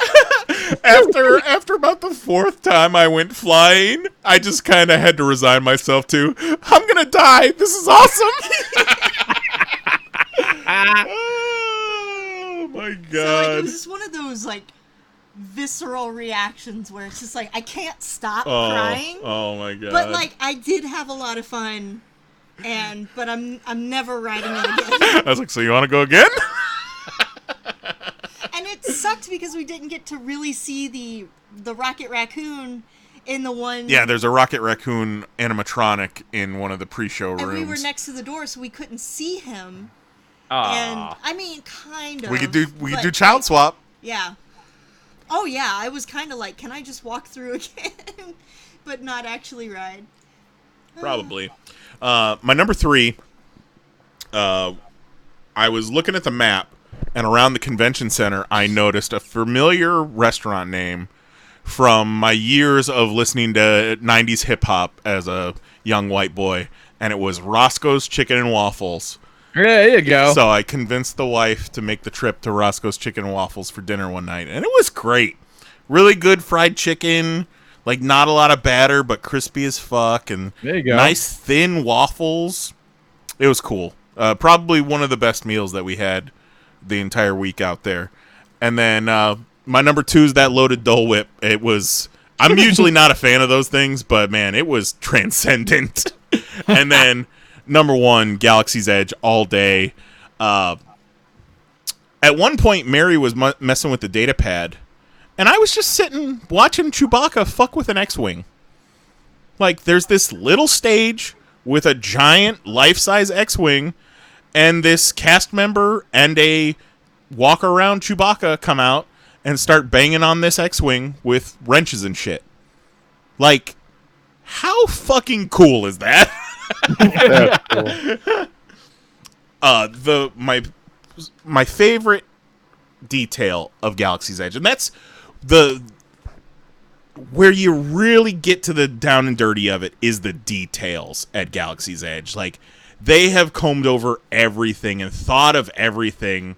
They can't necessarily do everything they want to because of budgets, but they left no stone unturned as far as the detail goes. You're walking around and you're hearing sounds of ships taking off and like speeding by, and you look up in the sky expecting to see a fucking spaceship take off. That's dope. It's that, like, one point I thought I saw something out of the corner of my eye, but I looked and there was nothing there. And it's just, if you hang out there long enough, it just becomes part of it. It becomes part of the land and part of you, and you just you feel it. You feel it in your bones. We did get to try one of those balls of Coke. Fucking $5 for half the size of a bottle of Coke. 13.5 ounces. I tried to carry it back in the suitcase, and Mary wouldn't let me because TSA bans the Coke products from Disney World. And then the day after There's no way I'm not going to take one home with me. Of course I will. Yeah. And like, the merch was cool, and they had merch everywhere. Like, we spent a lot of our time going through the stores. Like, they got the part where you can build your droids. There's the one store that the back room is where you build your lightsabers, and then a bunch of little spots here and there. And you don't find the same piece of merchandise twice in any of these stores in the whole land. That's kind of nice. And it's all as if you could buy it in this world. Like, it's not plastered with Disney logos. It all looks like legit shit if some enterprising alien set up a tourist destination on this planet of Batuu and wanted to sell $30 busts of Darth Maul. They fucking could. And we didn't buy a lot because, we had to fly back, and we were gonna, have one here in Orlando. Like, we didn't do the lightsaber thing, but I got mine picked out already. But man, just so... Yeah, it's like one thing we bought was basically Han's dice from the Millennium Falcon. Yeah. But they don't, call them, Han Solo's dice. They're just dice. Right, and it's only this one little hole-in-the-wall store that was selling them. Like, apropos of nothing, there was just the Han's dice on a rack. That's cool. And just, I got, a little, puzzle thing, and... There's a fucking, some of the merch, you have to figure it out. Like, what the fuck is this? We're looking at this one thing, and it's magnetized. I'm like, what the shit is this? It's this little, circular cylinder with a magnet on the back. And I was like, this is a fucking restraining bolt for a droid that you could put on your refrigerator so it doesn't walk away. And then the Millennium Falcon and the fireworks at night. Like, we could live there. Straight up. Like, I want to go back. I want to be there every day, all day. Oh, I need to get a job there.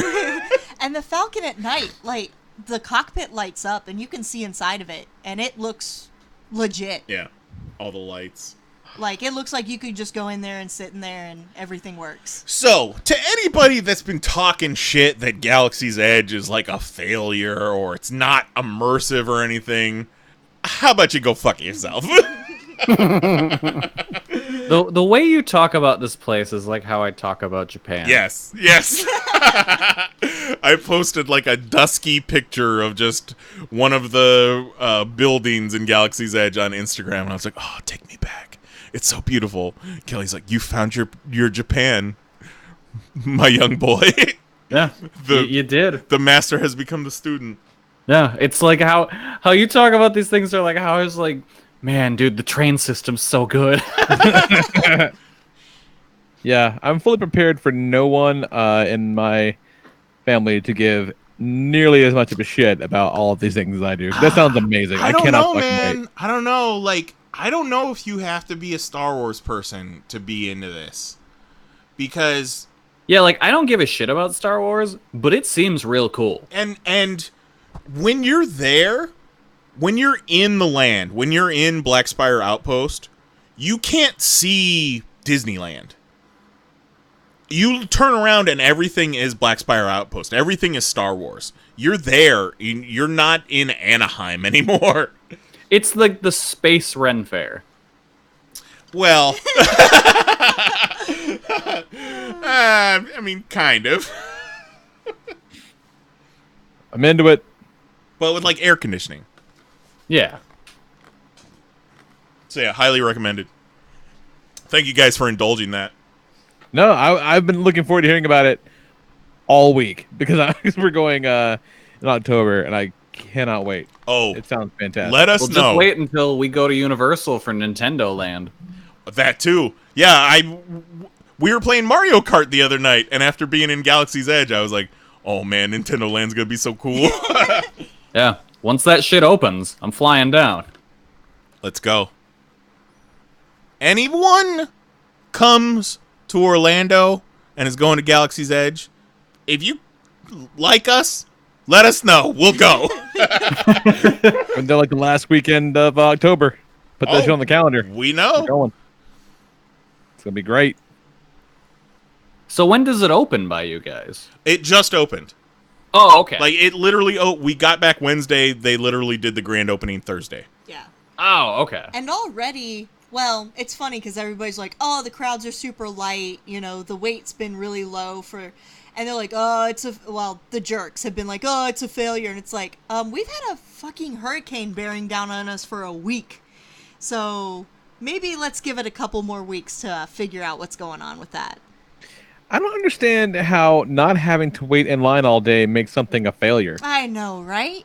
Yeah. That sounds like they did a good job of planning this thing out. So, Right? So the thing is, people are like, well, the Pandora ride has such a long wait time. And it's like, well, this Millennium Falcon ride was made to have a much higher hourly capacity. So They're like, your ride you suck for learning from your mistakes. yeah. Yeah, I You kept fucking saying failure. I kept saying that Pandora was basically a beta test for Galaxy's Edge because it's all kind of the same shit if you really look at it. Just boxes and crates with age on them, and like overgrown foliage and fucking weird merch and weird sounds going around everywhere. The difference is except Avatar nobody sucks. cares about the Avatar movies. Right, but it's still Yeah. cool. It's a It cool is still land. very cool. Yeah, Yeah, they're like, Avatar is more caca, while Star Wars is more pew pew. Speaking of Avatar, there was at D23, like, kind of removed from everything else, like this whole Avatar room that had, like, movie props and busts and stuff like that, and I made him go in there for a minute. I've never seen the movie, but I was just like, it's not there were busy. couches. There were so. couches. I've only ever seen the Cirque du Soleil performance of Avatar. Oh. Oh I'll shit! bet it was They cool at looking. D23. It was.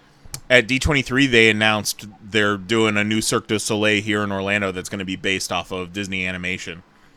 That's cool. Yeah, like circus performers interacting with animated characters and things like that. Like, it's gonna be awesome. Just do like Cirque du Soleil, but Fantasia. I Yeah, bet no you. shit, right? I bet you it's not far off. I bet you that's probably what they're going for. I'll bet you it's called Fantasia. It probably is gonna be just Fantasia, but Cirque du Soleil.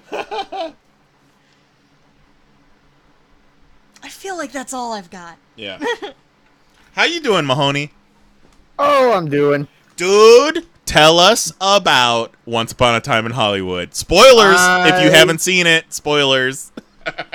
I finally made it. I tried. Oh, to you see saw it? Yeah, I tried to see it like 4 times, and I kept having to cancel the day of. And last night, finally made it, and glad I did. It was really good. I super enjoyed it, and I did not at all expect it to end the way it ended. No, right? So did no one else. Yeah. Yep.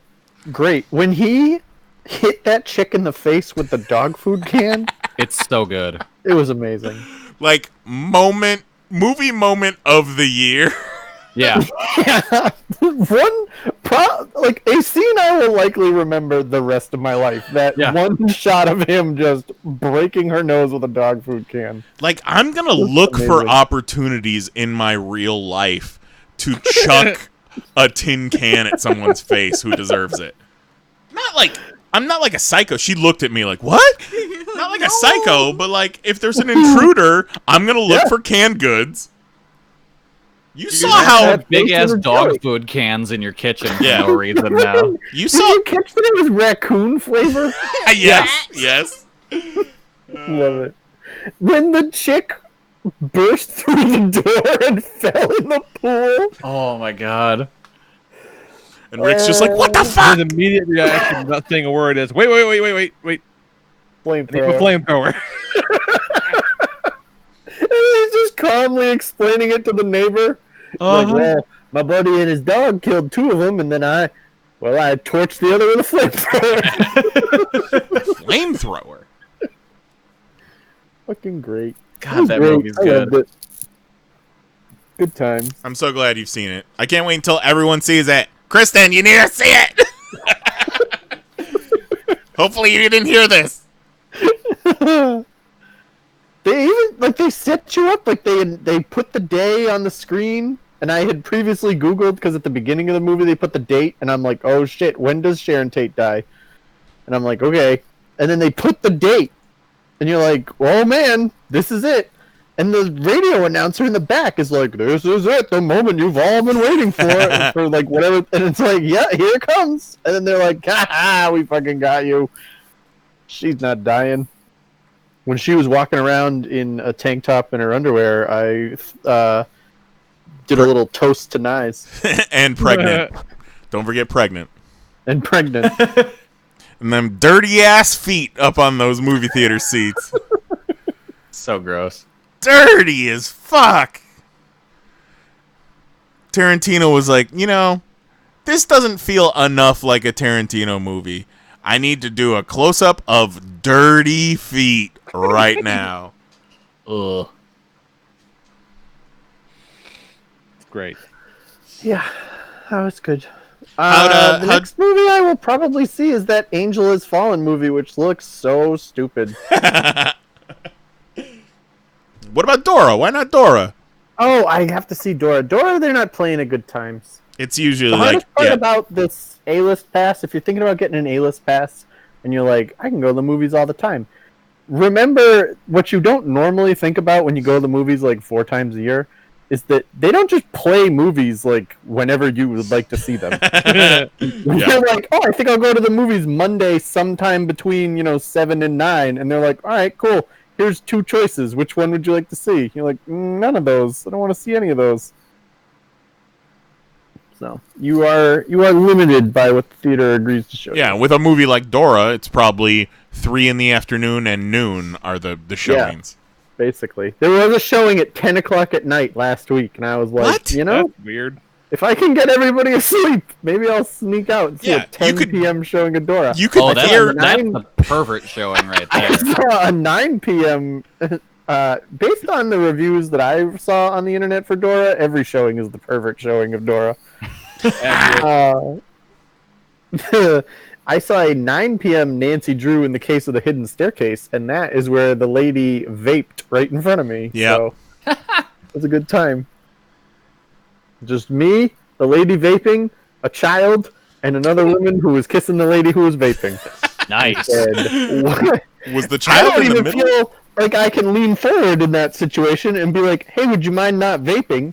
Because I am a man by myself at a 9 p.m. showing of Nancy Drew in the Hidden Kiss Staircase. So Yeah. I have no grounds for complaining.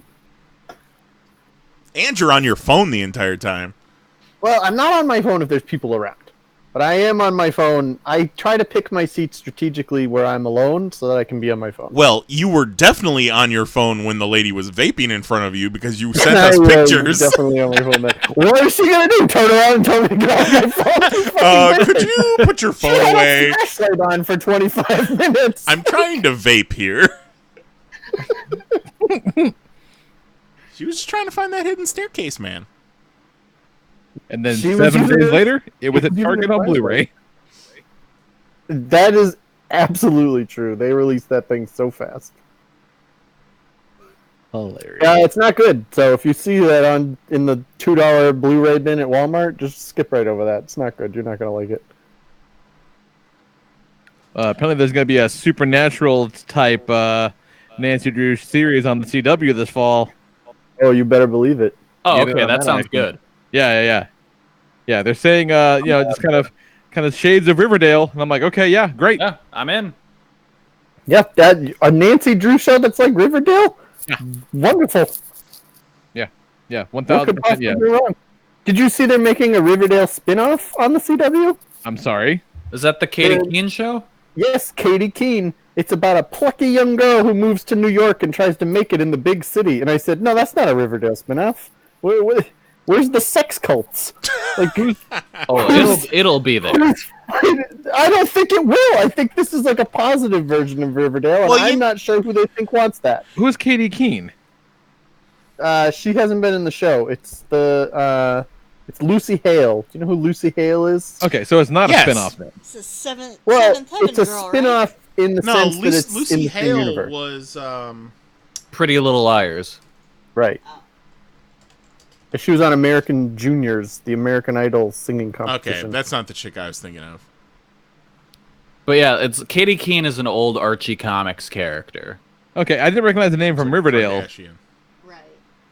I don't know if she's going to be in Riverdale and then they do the show, or if they're just never going to have her, or what. But, you know, maybe she'll be like a friend of Veronica's or something. Who knows? Maybe.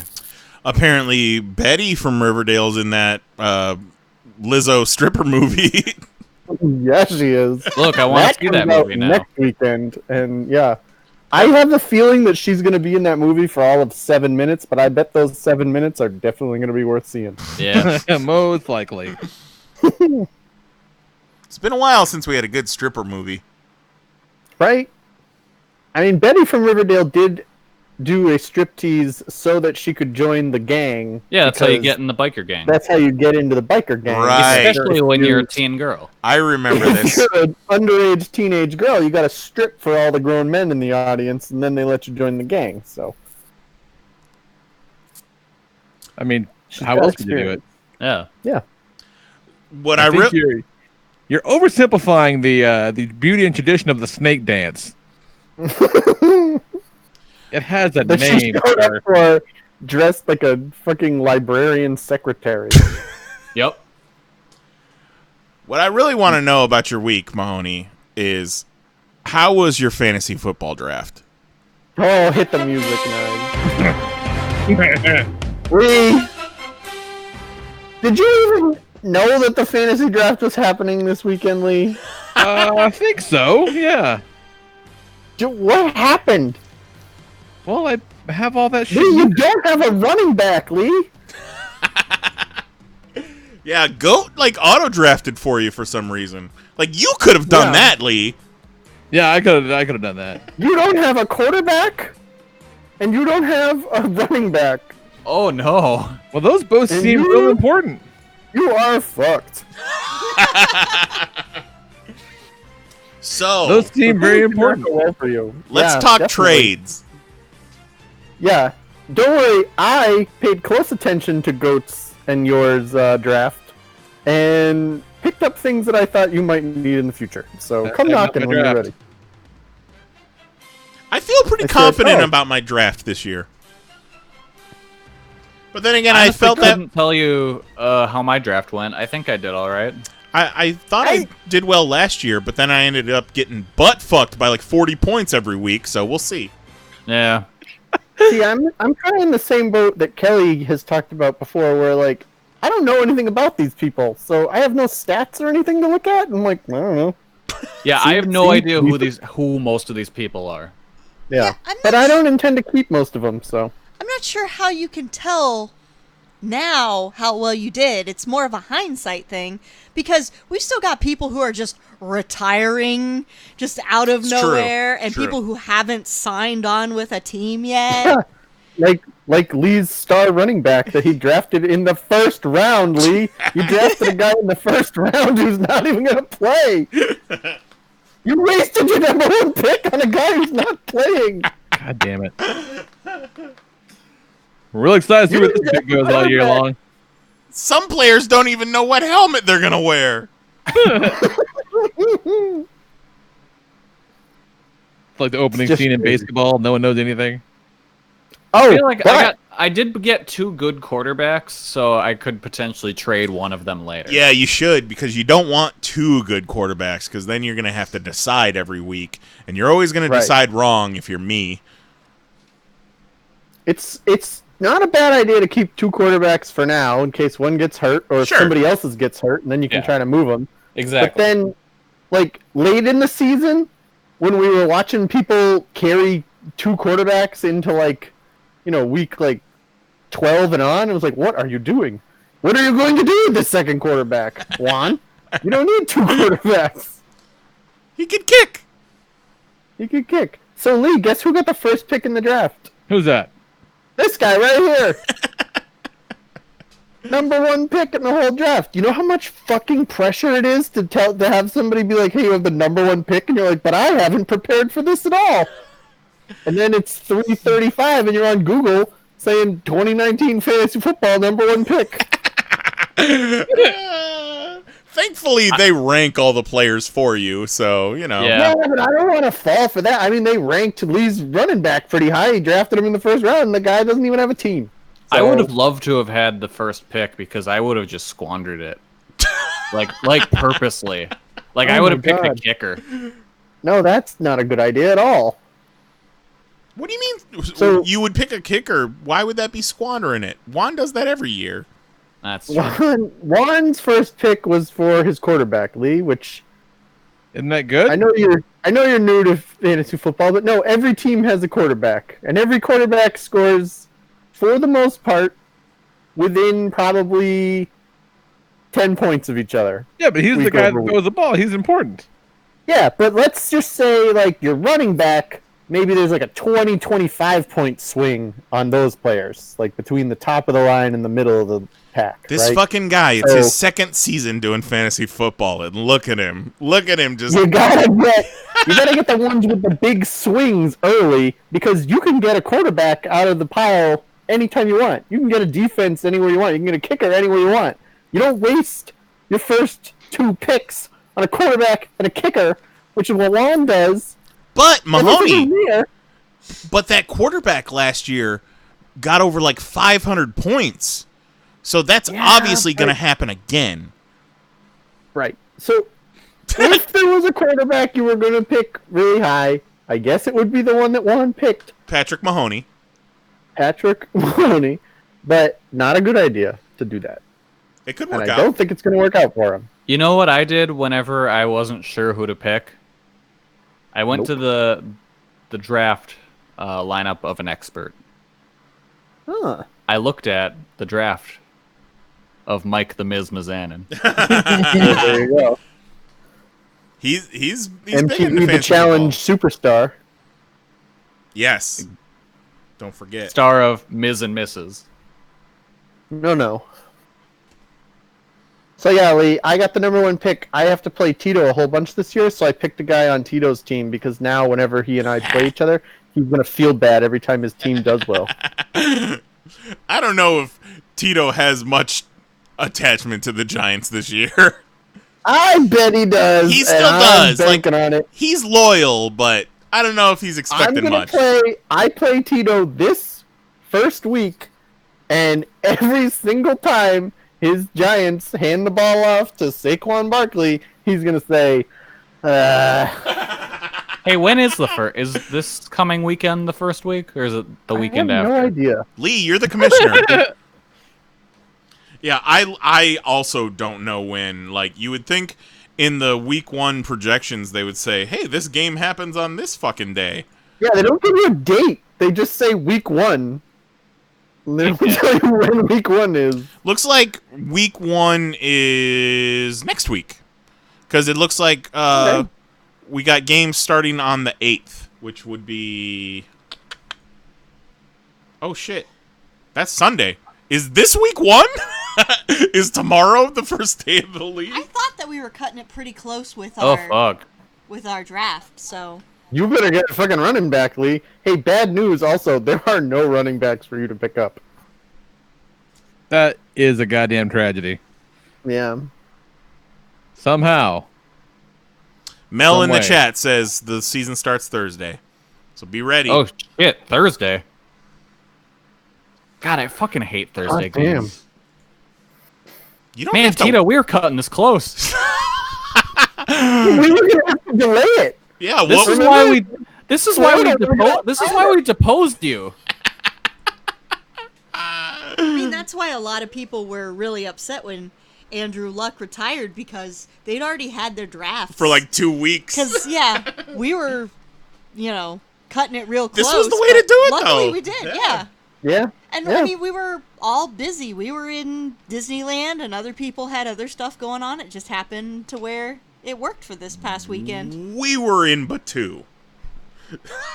We were in Batu. We were at the Black Spire Outpost. Thank you very much. So good luck, everybody. I've got I'm in Japan shit. Let's see here. Members. They changed the site and the app, and they've made it ridiculously hard to find information about other teams. It's way worse.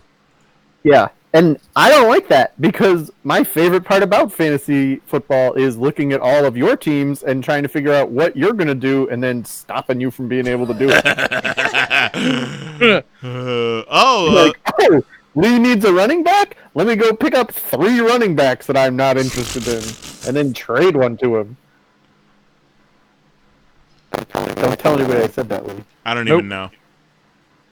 But I do believe I am in Trash Mountain. Which is cool. Let's see. Oh no, we're losing you. Uh-oh. He's He's going full sound wave. Yeah. Uh-oh. It'll come back. There he is. Am I back? Okay. Knize, you are in Japan shit Yes. with Vetter, Tad, and Goat / Lee. Yes. Trash Mountain. Trash Mountain. Only... I am in Cybertron with Jose, Juan, and Tito. So it's going to be an interesting season for you, Juan. And then Such confidence and just contempt. Shell's Kitchen has Matt, Mel, Kelly, and Mary. Well, Mary with her new team name, let's run down the names here, Lee, Oh, in that's case who that is. Okay, I forgot. I saw this name, like, who the fuck is this? You've got Matt with the Shelbyville Sharks. You got Mel with the Mama Says Y'all Got Roaches. You got Kelly and his Las Ignobarabolas. Los Ingobernables. Yep, exactly.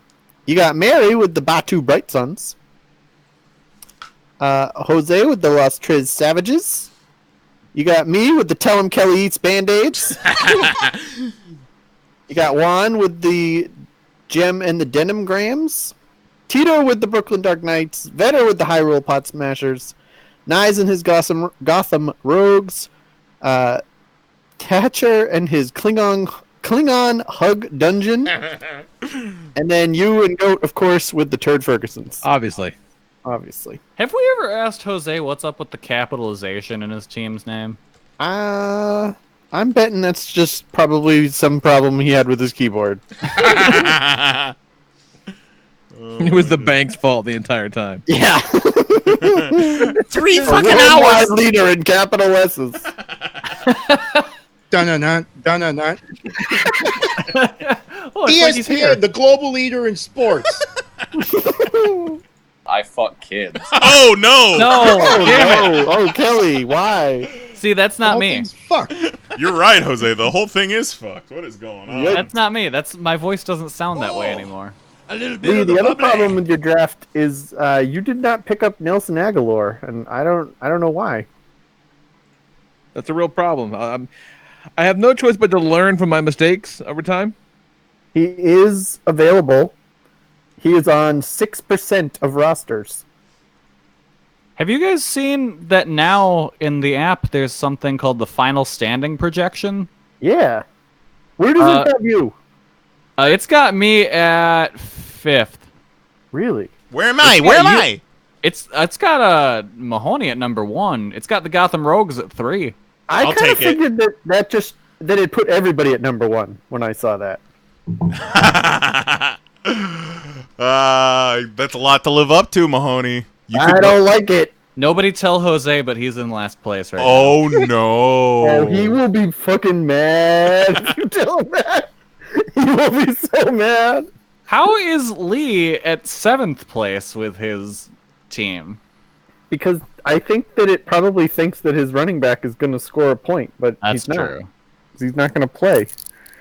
You got... It's technically Wednesday, Lee. You have 1 day to find a running back. I'll get right on that. Yep. It's gonna be fine. Well, no, he has until Sunday. He's just going to lose Okay. whatever running backs play Thursday. You know, True. There's not a lot to choose from out there. gonna have to wheel and deal. Gonna have to wheel and deal. Check your inbox. How many Slim Jims you got, Goat? Last time I checked, a whole bunch. I'll take them. Did I can't remember if Tito, before he was disposed, put in the trade deadline. No, there isn't Oh. one. Remember? That's I right. do remember that you obliterated it and Yeah. wiped it out. Yeah, makes sense. Yeah. I also remember no objections to that. No, there were none. Yeah. Motion carries. Yeah. I saw checking- something in the app about an acquisition limit, and I said, "Oh no, I don't want that at all." Go Yeah, ahead and put a I'm looking at fucking the asterisk by this transactions season. for the Sure, lead. sure. Oh no, there is a trade deadline. November 6th, 11 a.m. What? Well, we gotta fix that. Yeah. The whole thing's fuck. So it takes 7 votes to veto a trade. 7? Yeah. Used to be 4. How many votes does it take to veto a veto? It should be the rest of them. Uh, Like it should have just been, 12 teams can vote, and if you get 7 votes that say you can do it, you're good. And if you get 7 votes that say you can't, then you can't. you guys want to form an alliance so we can control the trade market? I mean, there's 5 of us here right now. We just need to pull 2 more people together. Mel's in the chat. I think Mel's in. We just need. Don't tell Jose, and it'll play out just like last year. Yeah, I think I think Juan would go for it. Juan says he will not participate in any trades this year. Well, great. Then he's on board for vetoing all these trades. Then All right, perfect. perfect. Yeah. Cool. Deal. Signed, sealed, delivered. I'm yours. All right, so Lee, I had the number 1 pick in the draft. Not a single person came to me to ask if I would trade it. Can you do that? No. You can't trade it, but we could have worked something out. You could have told me the player you wanted. I could have told you what it would cost. I don't know what any of this shit means. Lee, all I'll tell you is you can have 3 max kickers on your team. Okay. Why would And you only need- 1 Mac tonight. Yep, There is a 1 Mac tonight limit. that's true. Is that a guy? Yes, Yeah, Mac Mac tonight is a guy. Bobby Tonight's brother. Yeah. That's a fucking dope name. His catchphrase was "Where the fuck the moon?" And he only said that because he didn't have any mirrors. Oh, the moon, my face. Look like you're taking the piss right now, fellas. All right, so Lee, Mac Tonight was an old promotion that McDonald's ran. Oh, I remember that guy. We were joshing you. Okay. You got I didn't know Josh. that was his name. What'd you think his name was? You know who played Mac Tonight, Lee? Not. It was Doug Jones. Okay. You know who Doug Jones is, right? Yeah, I know Doug Jones is, yeah. Who's Doug Jones? Tell us. He's the fucking Abe Sapien guy. All right, cool. Just making sure you weren't lying. Why the fuck would I lie about that?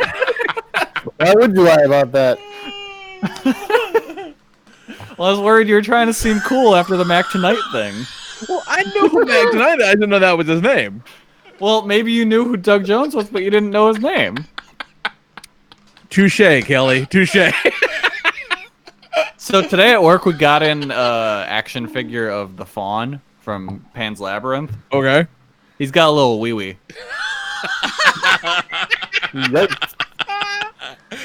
Go on. Well, if you look up the NECA Pan's Labyrinth Fawn figure, he's just got his little wee-wee hanging out. My daughter, Katie, is into these LOL dolls.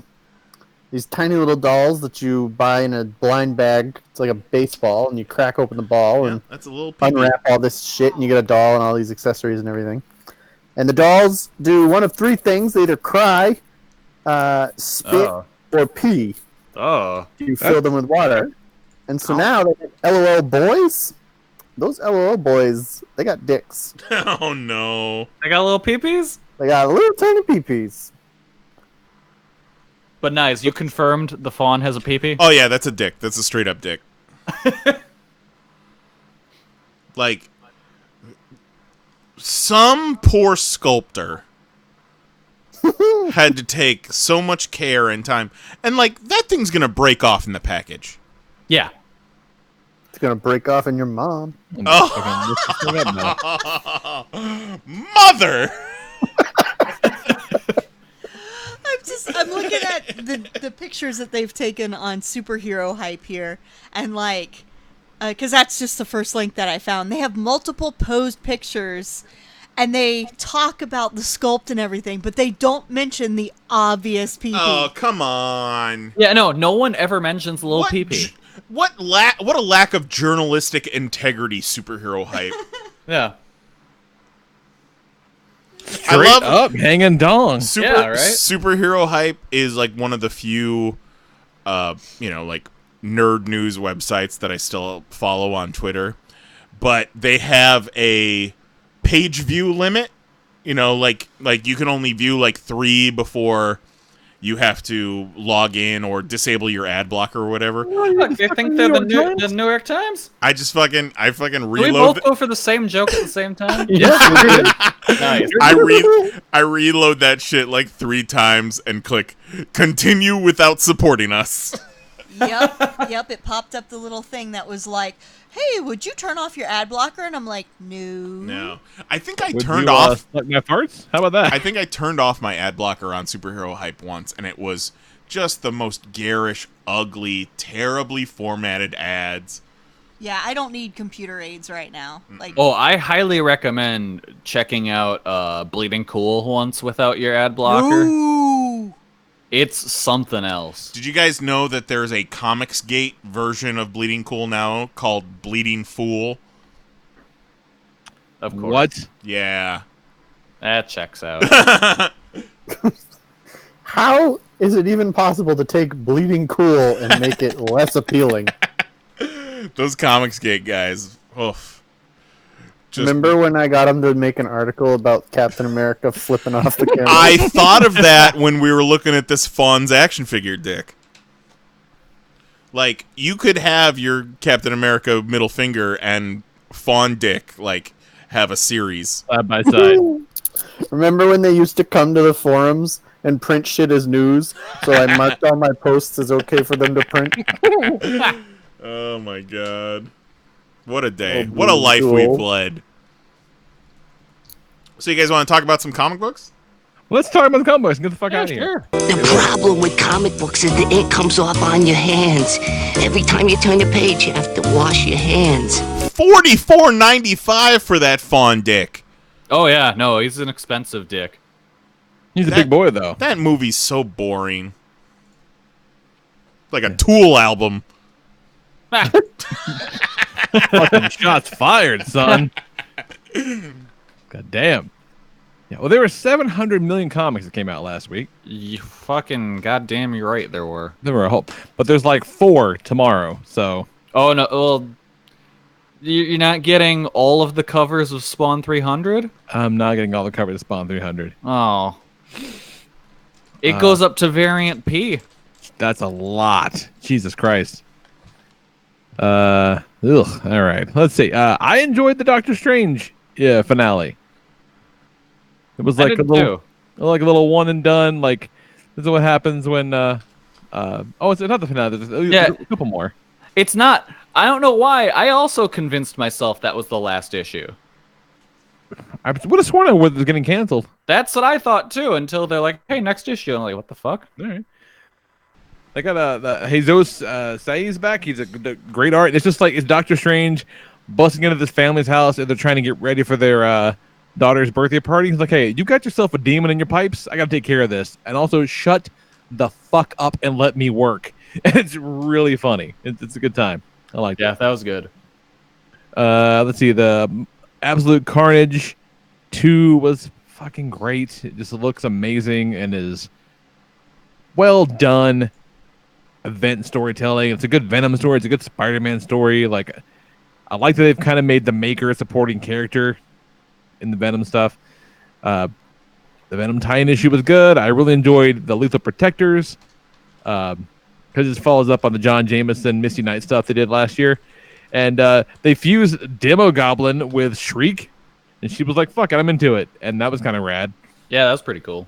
The Miles Morales I didn't like that. That was kind of useless. Like, I didn't get anything out of this that I didn't get out of issue 2 of Absolute Carnage. So what's the fucking point? Yeah, no, that one was weird. Like, it didn't do anything for me that wasn't in the main book, and so that's kind of dumb.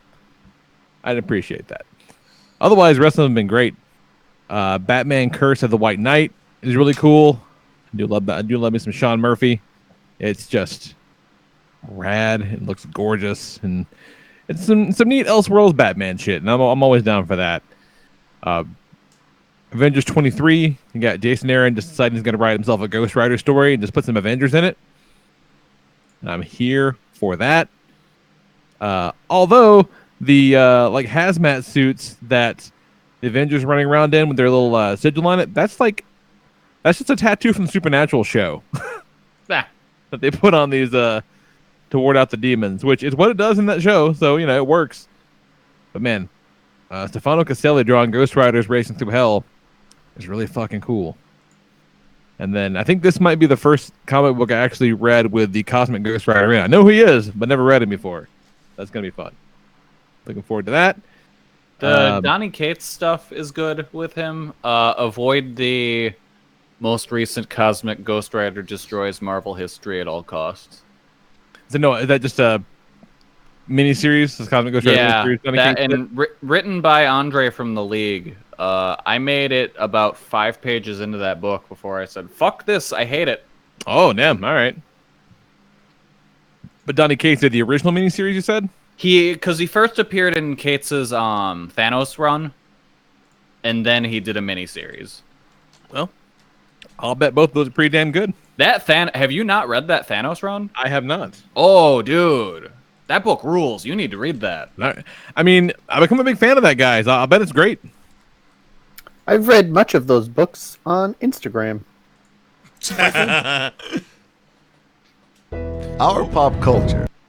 Sorry. Hello? Lord? The God? Power Rangers is really good. I'm enjoying the way they're kind of pinging-ponging the story back and forth between Go-Go and this. Like, kind of hopping back and forth in timeline, but it all works. It all works really well. Good artwork. Again, I like crazy evil Cougar Dog guy. Yeah. And the notion that since Tommy got his White Ranger powers, he doesn't need to sleep or eat anymore is pretty great. That was kind of I really like what they're doing with him, and especially with the what are they? The Omega Rangers. Yeah, that's good too. Yeah, all that shit's a lot of fun. It's great. Like, it's really, really good, and just shows what you can do with an existing property if you really fucking go for it. It's really, really great. I remember reading online how they pulled an essay out of that Marvel 1000 because Mark Waid was criticizing America or some shit.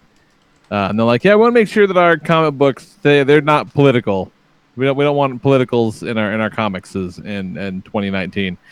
So imagine my shock and surprise when in Captain America 13 he goes to the border and fights some guys attacking immigrants wearing half Confederate flag masks. Oh, you know.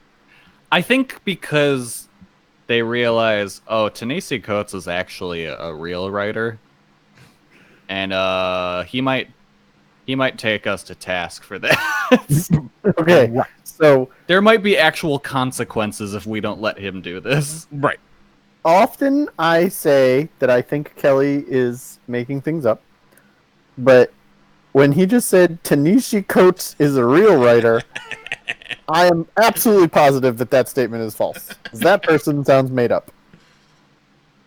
That's who writes Captain America and Black Panther. He's kind of a big deal. Yeah. I can't believe it. I'm not touching this one, he's Mahoney. Like a real author. Yeah, he writes actual books without pictures in them. Yeah. Just a pile of coats. It's a ton of Nishi Coates. Coates is the problem you have with his name? I don't even know. There's an apostrophe in that first name. Oh, man. I don't even know if Kelly pronounced it correctly. Well, that was just hilarious. Just the week after, they're all like, "Oh, we got to pull this letter out because they call he calls Trump the Orange Skull, and this thing we can't print that." And they're like, "Yeah, let's just have Captain America kick the shit out of crackers at the border." Yep. Unpolitical. Sure. But hey, he's wearing that sweet ass super soldier costume again, and I'm here for that. That's a good costume. And then I haven't gotten through everything yet because there was just so many fucking books. But I really liked Batman Superman #1. That was cool. Yeah.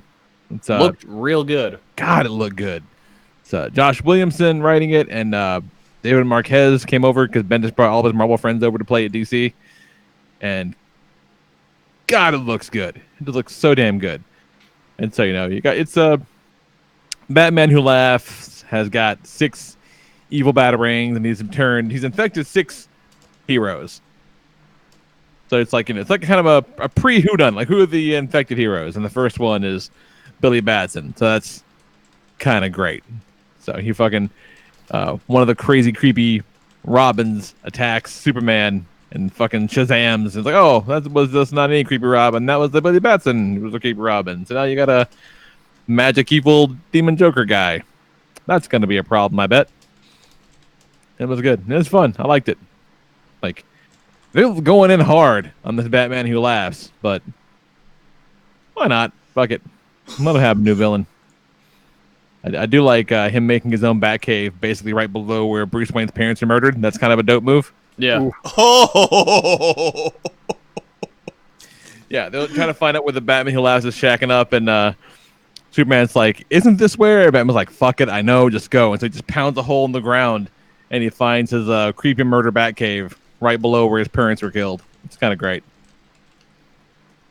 And Superman's like, I remember when I first saw your Batcave, I thought it really said a whole lot about you. And he's just looking around like all just these bloody knives and blades and torture devices around, like, huh, so how about this fucking guy? Pretty good. It's pretty great. That's all I got. What else you got, Kelly? Let's see. Dial H for Hero is still like the best book no one's reading. I gotta get on that. Every time you say it, I'm like, oh yeah, that's right, and I keep forgetting about it. It's so good. Like, visually, it's the best comic coming out right now. Like, Joe Quinones just works with so many different styles on the page all at once. Like, he just pulled off like a flawless Alex Ross in this issue. Like, it's nuts. I'm gonna get a whole bunch of that for the plane to Dallas. Yeah, it's six issues so far, so just plow through it. It's really good. I'll get that for the plane. Another thing that was super cool from an art perspective was the Marvel Monsters one-shot that came out. Because the entire like middle section plus of the book was like the Marvel Book of Monsters. And so on the left side of the left page, you had like a single kind of splash page of like a print almost of whichever Marvel monster. All of them were done by different artists. So you had like Clayton Crane and Nick Bradshaw and James Stokoe. And then on the other side of the page was kind of like how in the 60s and 70s you'd get the Japanese posters of monsters with the cross sections where you'd see like their insides and stuff. Yeah, okay. But for each of the Marvel monsters. That's cool. It was really cool. That's kind of rad. Yeah, no, like there was like, you know, a story framing sequence and whatever, who cares? The middle bit was what was important. It was really cool. And then this isn't something I read. It's something that's coming out this week, but I had a realization about it this past week. So we're finally getting another issue of Doomsday Clock. Yeah, it's been a long time. I was thinking about something, and I'm pretty sure that Doomsday Clock has been rendered completely irrelevant. Because remember how Doomsday Clock is supposed to be a year in the future? Right. And there's just no way that's true. Yeah, because, case in point, Lex Luthor isn't a weird alien dude. Right. So, like, everything's fucked. So this... But to that point, though, I feel like Lex Luthor became a weird alien dude so long ago, I kind of forgot about it. He's still an alien dude, though. Right, yeah. So, like I see that on Instagram often as well. Why is he a weird alien dude? Because he's like, I'm going to be better than Superman.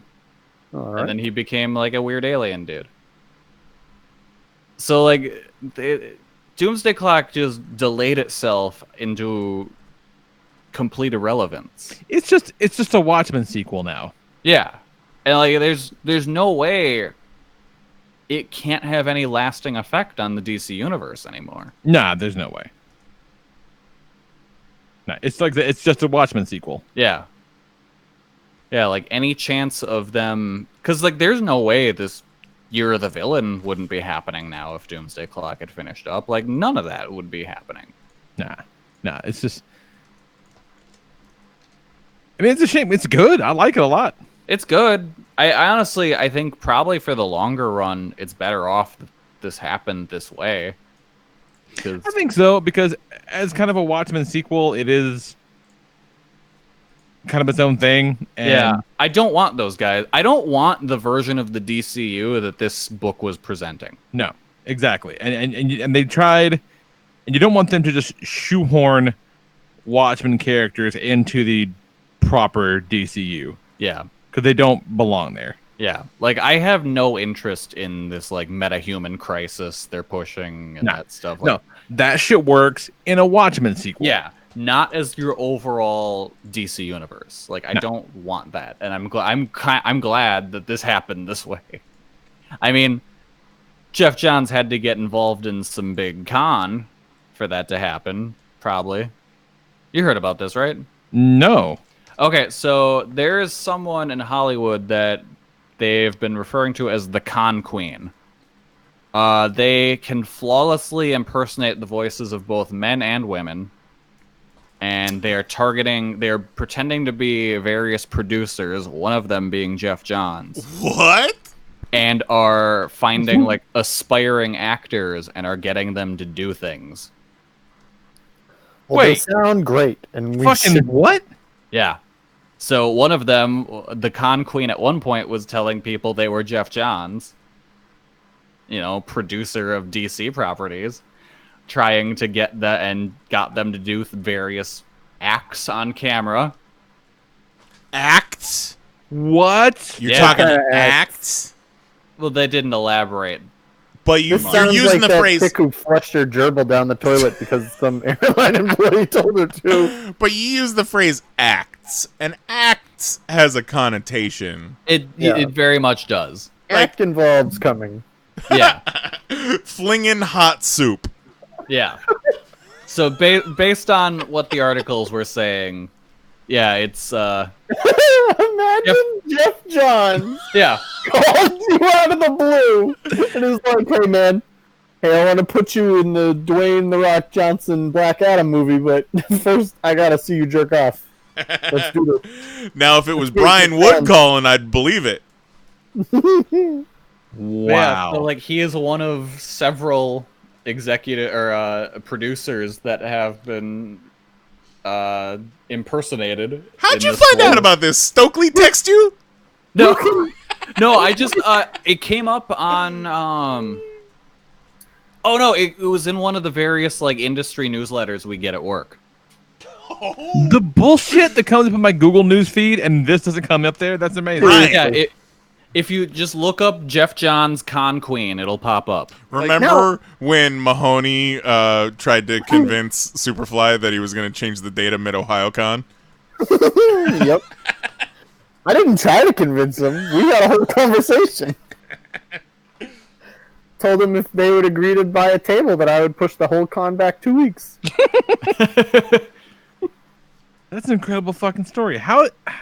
So that's why his book is so amazing. fucking delayed, and that's why like Shazam hasn't come out in 3 months and keeps getting pushed back every week. Because Jeff Johns is busy fielding calls from all these angry dudes who jerked off for him. Yeah. Holy shit. Now, I also like this statement of that the con queen can flawlessly impersonate any kind of voice, as though anyone knows what Jeff Johns sounds like. Yeah, hang on. Ready? Daniel! Jeff Johns! How you doing? When did you get here? Look, big thing's coming up here, but I need you to hook up a webcam real quick, and need you to stir me up a batch. Cook me up a bowl of soup, if you know what I mean.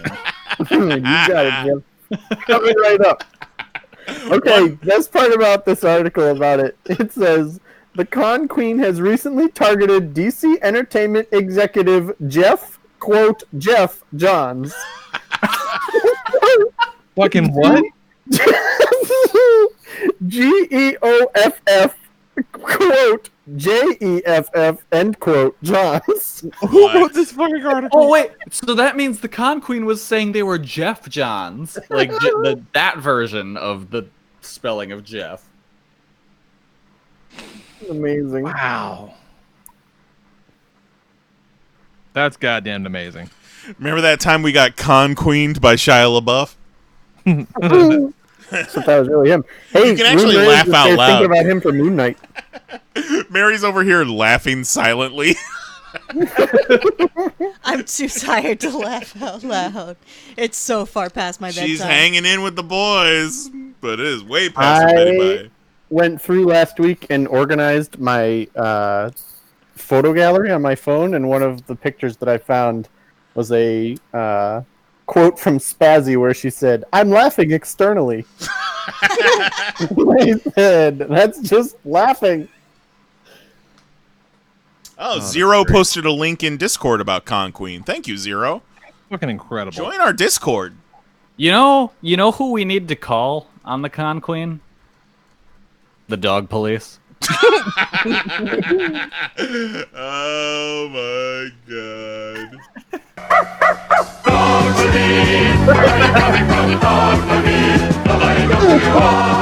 We're for sure gonna get demonetized. There is a 80% chance that the con queen is Kelly. Mahoney, had you heard of dog police prior to right now? No, I mean earlier in the show, but never before then. All right. I couldn't come see It Led You All last night because I was watching Once Upon a Time in Hollywood. Worth it.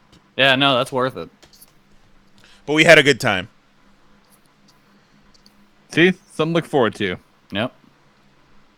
Good stuff. We heard. Right, let's end this thing because Mary's very tired. I think we're talking about Knize. Oh yeah. I did have a couple things real quick. What you got? On the flight back from Anaheim from LA, I said, "Fuck it. I'm on a flight for 4 hours. Let me watch Dark Phoenix." Oh. It was the most boring shit I ever watched in my life. Like, I'm trapped in a tube. Why not? I'm on a 4-hour flight. Let me make it feel like 12. I was trapped in a tube, nowhere to go, and I ended up fast forwarding through most of the third act. Oh. Because you know what? Nothing happens. They just stare at each other in slow-mo. It's uninteresting. You don't care about any of the characters. It's joyless. Like, there's no comedy to it whatsoever. Magneto goes on this revenge spree because Mystique died. No, he doesn't give a fuck. Who cares? Really, like, at one point I was like, who is even on this team anymore? They didn't even bother to try for like a mid-credit sequence. They were so done. It's such a joke. I would rather watch Wolverine Origins or definitely watch X-Men 3 The Last Stand before I'd watch Dark Phoenix again. What a horrible disappointment. Everyone involved should be ashamed. But I did watch Long Shot with Seth Rogen and Charlize Theron, where she's the Secretary of State and she's going to run for president and he's her speechwriter. Very good, very funny. They're both very charming together. And then we finished up season 3 of Glow this week.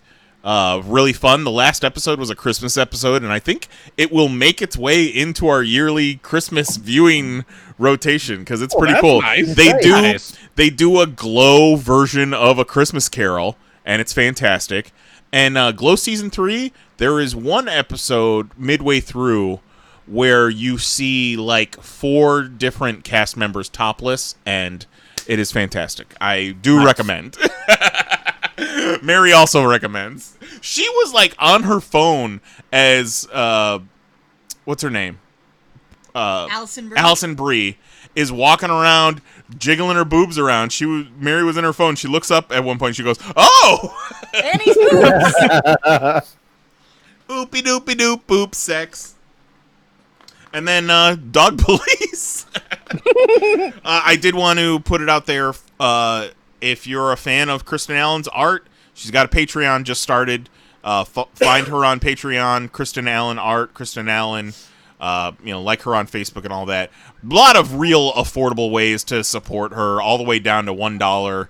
I don't think any of her levels go above $15-$20. 15 if you're like international, yeah. Yeah, and she's fantastic. Her art is, and she's just got a few patrons right now.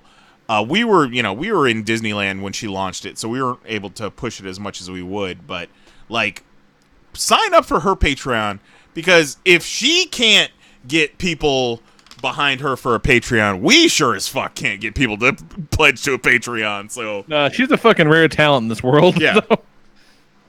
Yeah, I'm actually going to sign up for Patreon just for that. Yeah. I'm not done that yet, so she's gonna be my first patronage.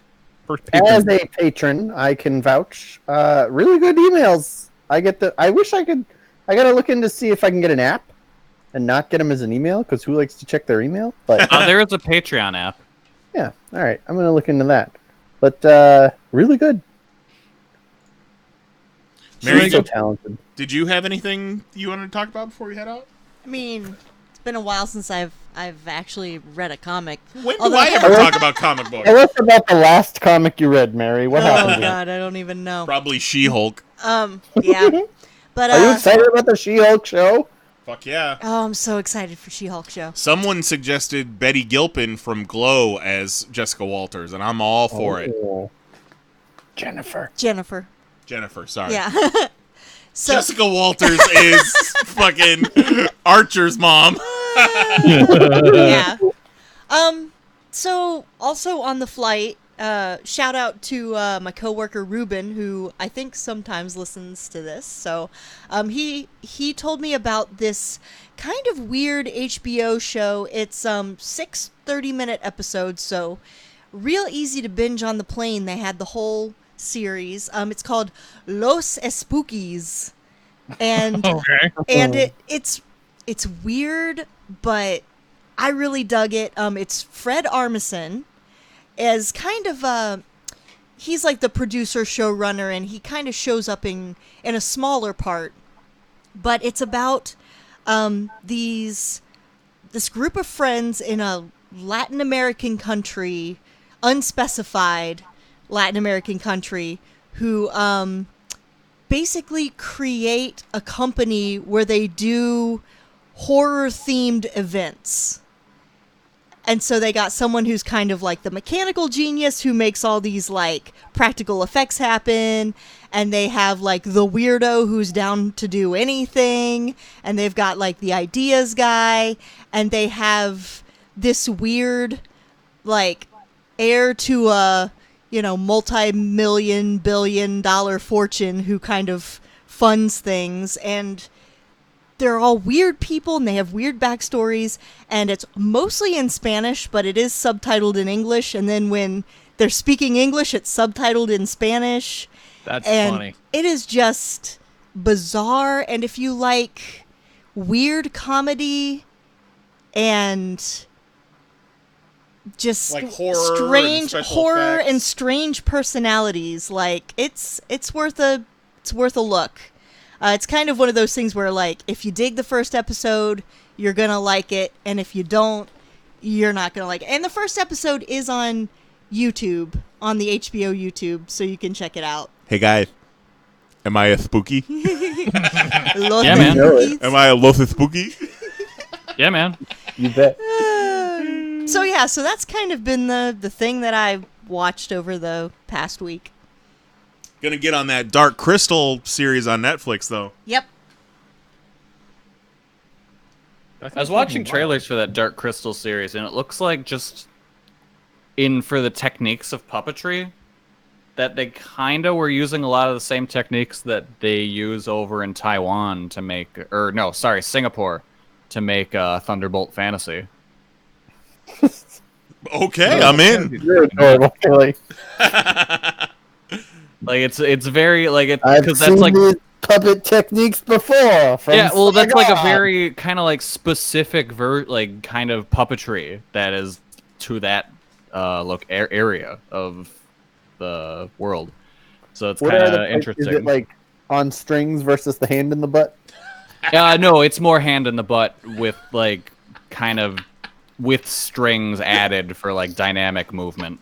Okay, all right. I started going through one of our recent episodes to pull like sound bites and shit, and I didn't get very far because I kept cutting shit over and over again because there was so much good stuff. One sounder I need specifically is Jose to Mahoney going, "Oh, that's funny." Oh, that's funny. Nothing worse. Broke his than little heart. somebody in just a normal, balanced voice said, "Oh yeah, funny." I'm like, no, it's not. No, it's not funny. That's really funny. Ugh, I hate it. It's like a nightmare world. If I woke up and that's how people laughed, it'd be like a Twilight Zone episode. That's a really funny story. No, stop it. Kelly. At some point last night in the It commentary, I just gave up on trying to stop everybody from talking about the childhood gangbang, and I just joined in the party. Jose ran away with that. I did not. But see, I don't listen to Jose. I listen to you. That's really funny. Call it, Lee. That's ridiculous. You're all terrible people, and I'm glad you're my friend. That's going in the intro. Oh my god! All right, we'll be back next week. Jose should be here, I think. Yeah, I That's the think last he I said he heard. will be. Yeah. I won't unless my work's closed for another hurricane next week. Yeah, so. Mary is going on almost a 2-week vacation right now because of hurricane days. Yeah, Not too bad. I went back last Friday, and then we've been closed Monday for the holiday, and then today and tomorrow for the hurricane. So Nice. That's not bad. And Fucking we roll with haven't it. killed each other, so it's pretty cool. I think you kids are gonna make it. Yeah. Yeah. It's gonna be good. You guys are gonna be all right. So yeah, married these guys a few years ago. Gonna go marry my brother this weekend. I'll be Congrats back to with your brother. Dallas stories. Yeah. So yeah, be good times. So yeah, join us 10 p.m. Eastern, 9 p.m. Central at youtube.com/PanelsOnPages. If you're watching this on the YouTube, go smash that like button, fam. Yeah, Let boy. us know what's up. Email us, popcast@PanelsOnPages.com.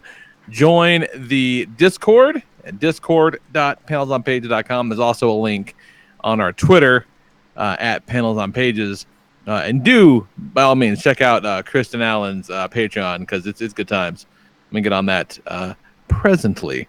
And if you've done all of those things, why don't you have yourself a little bit of the bubbly? Ooh! Oh, a little bit of I'm the telling bubbly. you, Kelly, now do a women's voice. Ooh! A little bit of the bubbly! Look at, see? I'm telling you, the con queen right The there. con queen right there. That's it right there.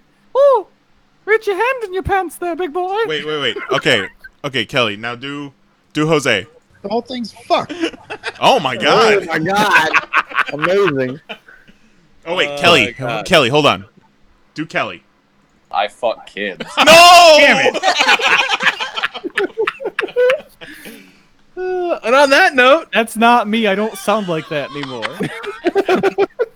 on that note, we'll be back next week for Jason Knize, Mary Knize, Mahoney, and Kelly Harris. I'm the Lord Reverend Lee Rodriguez. We'll talk to you guys next week. Night. Love ya. Bye-bye. I'm a big boy now. Cut that.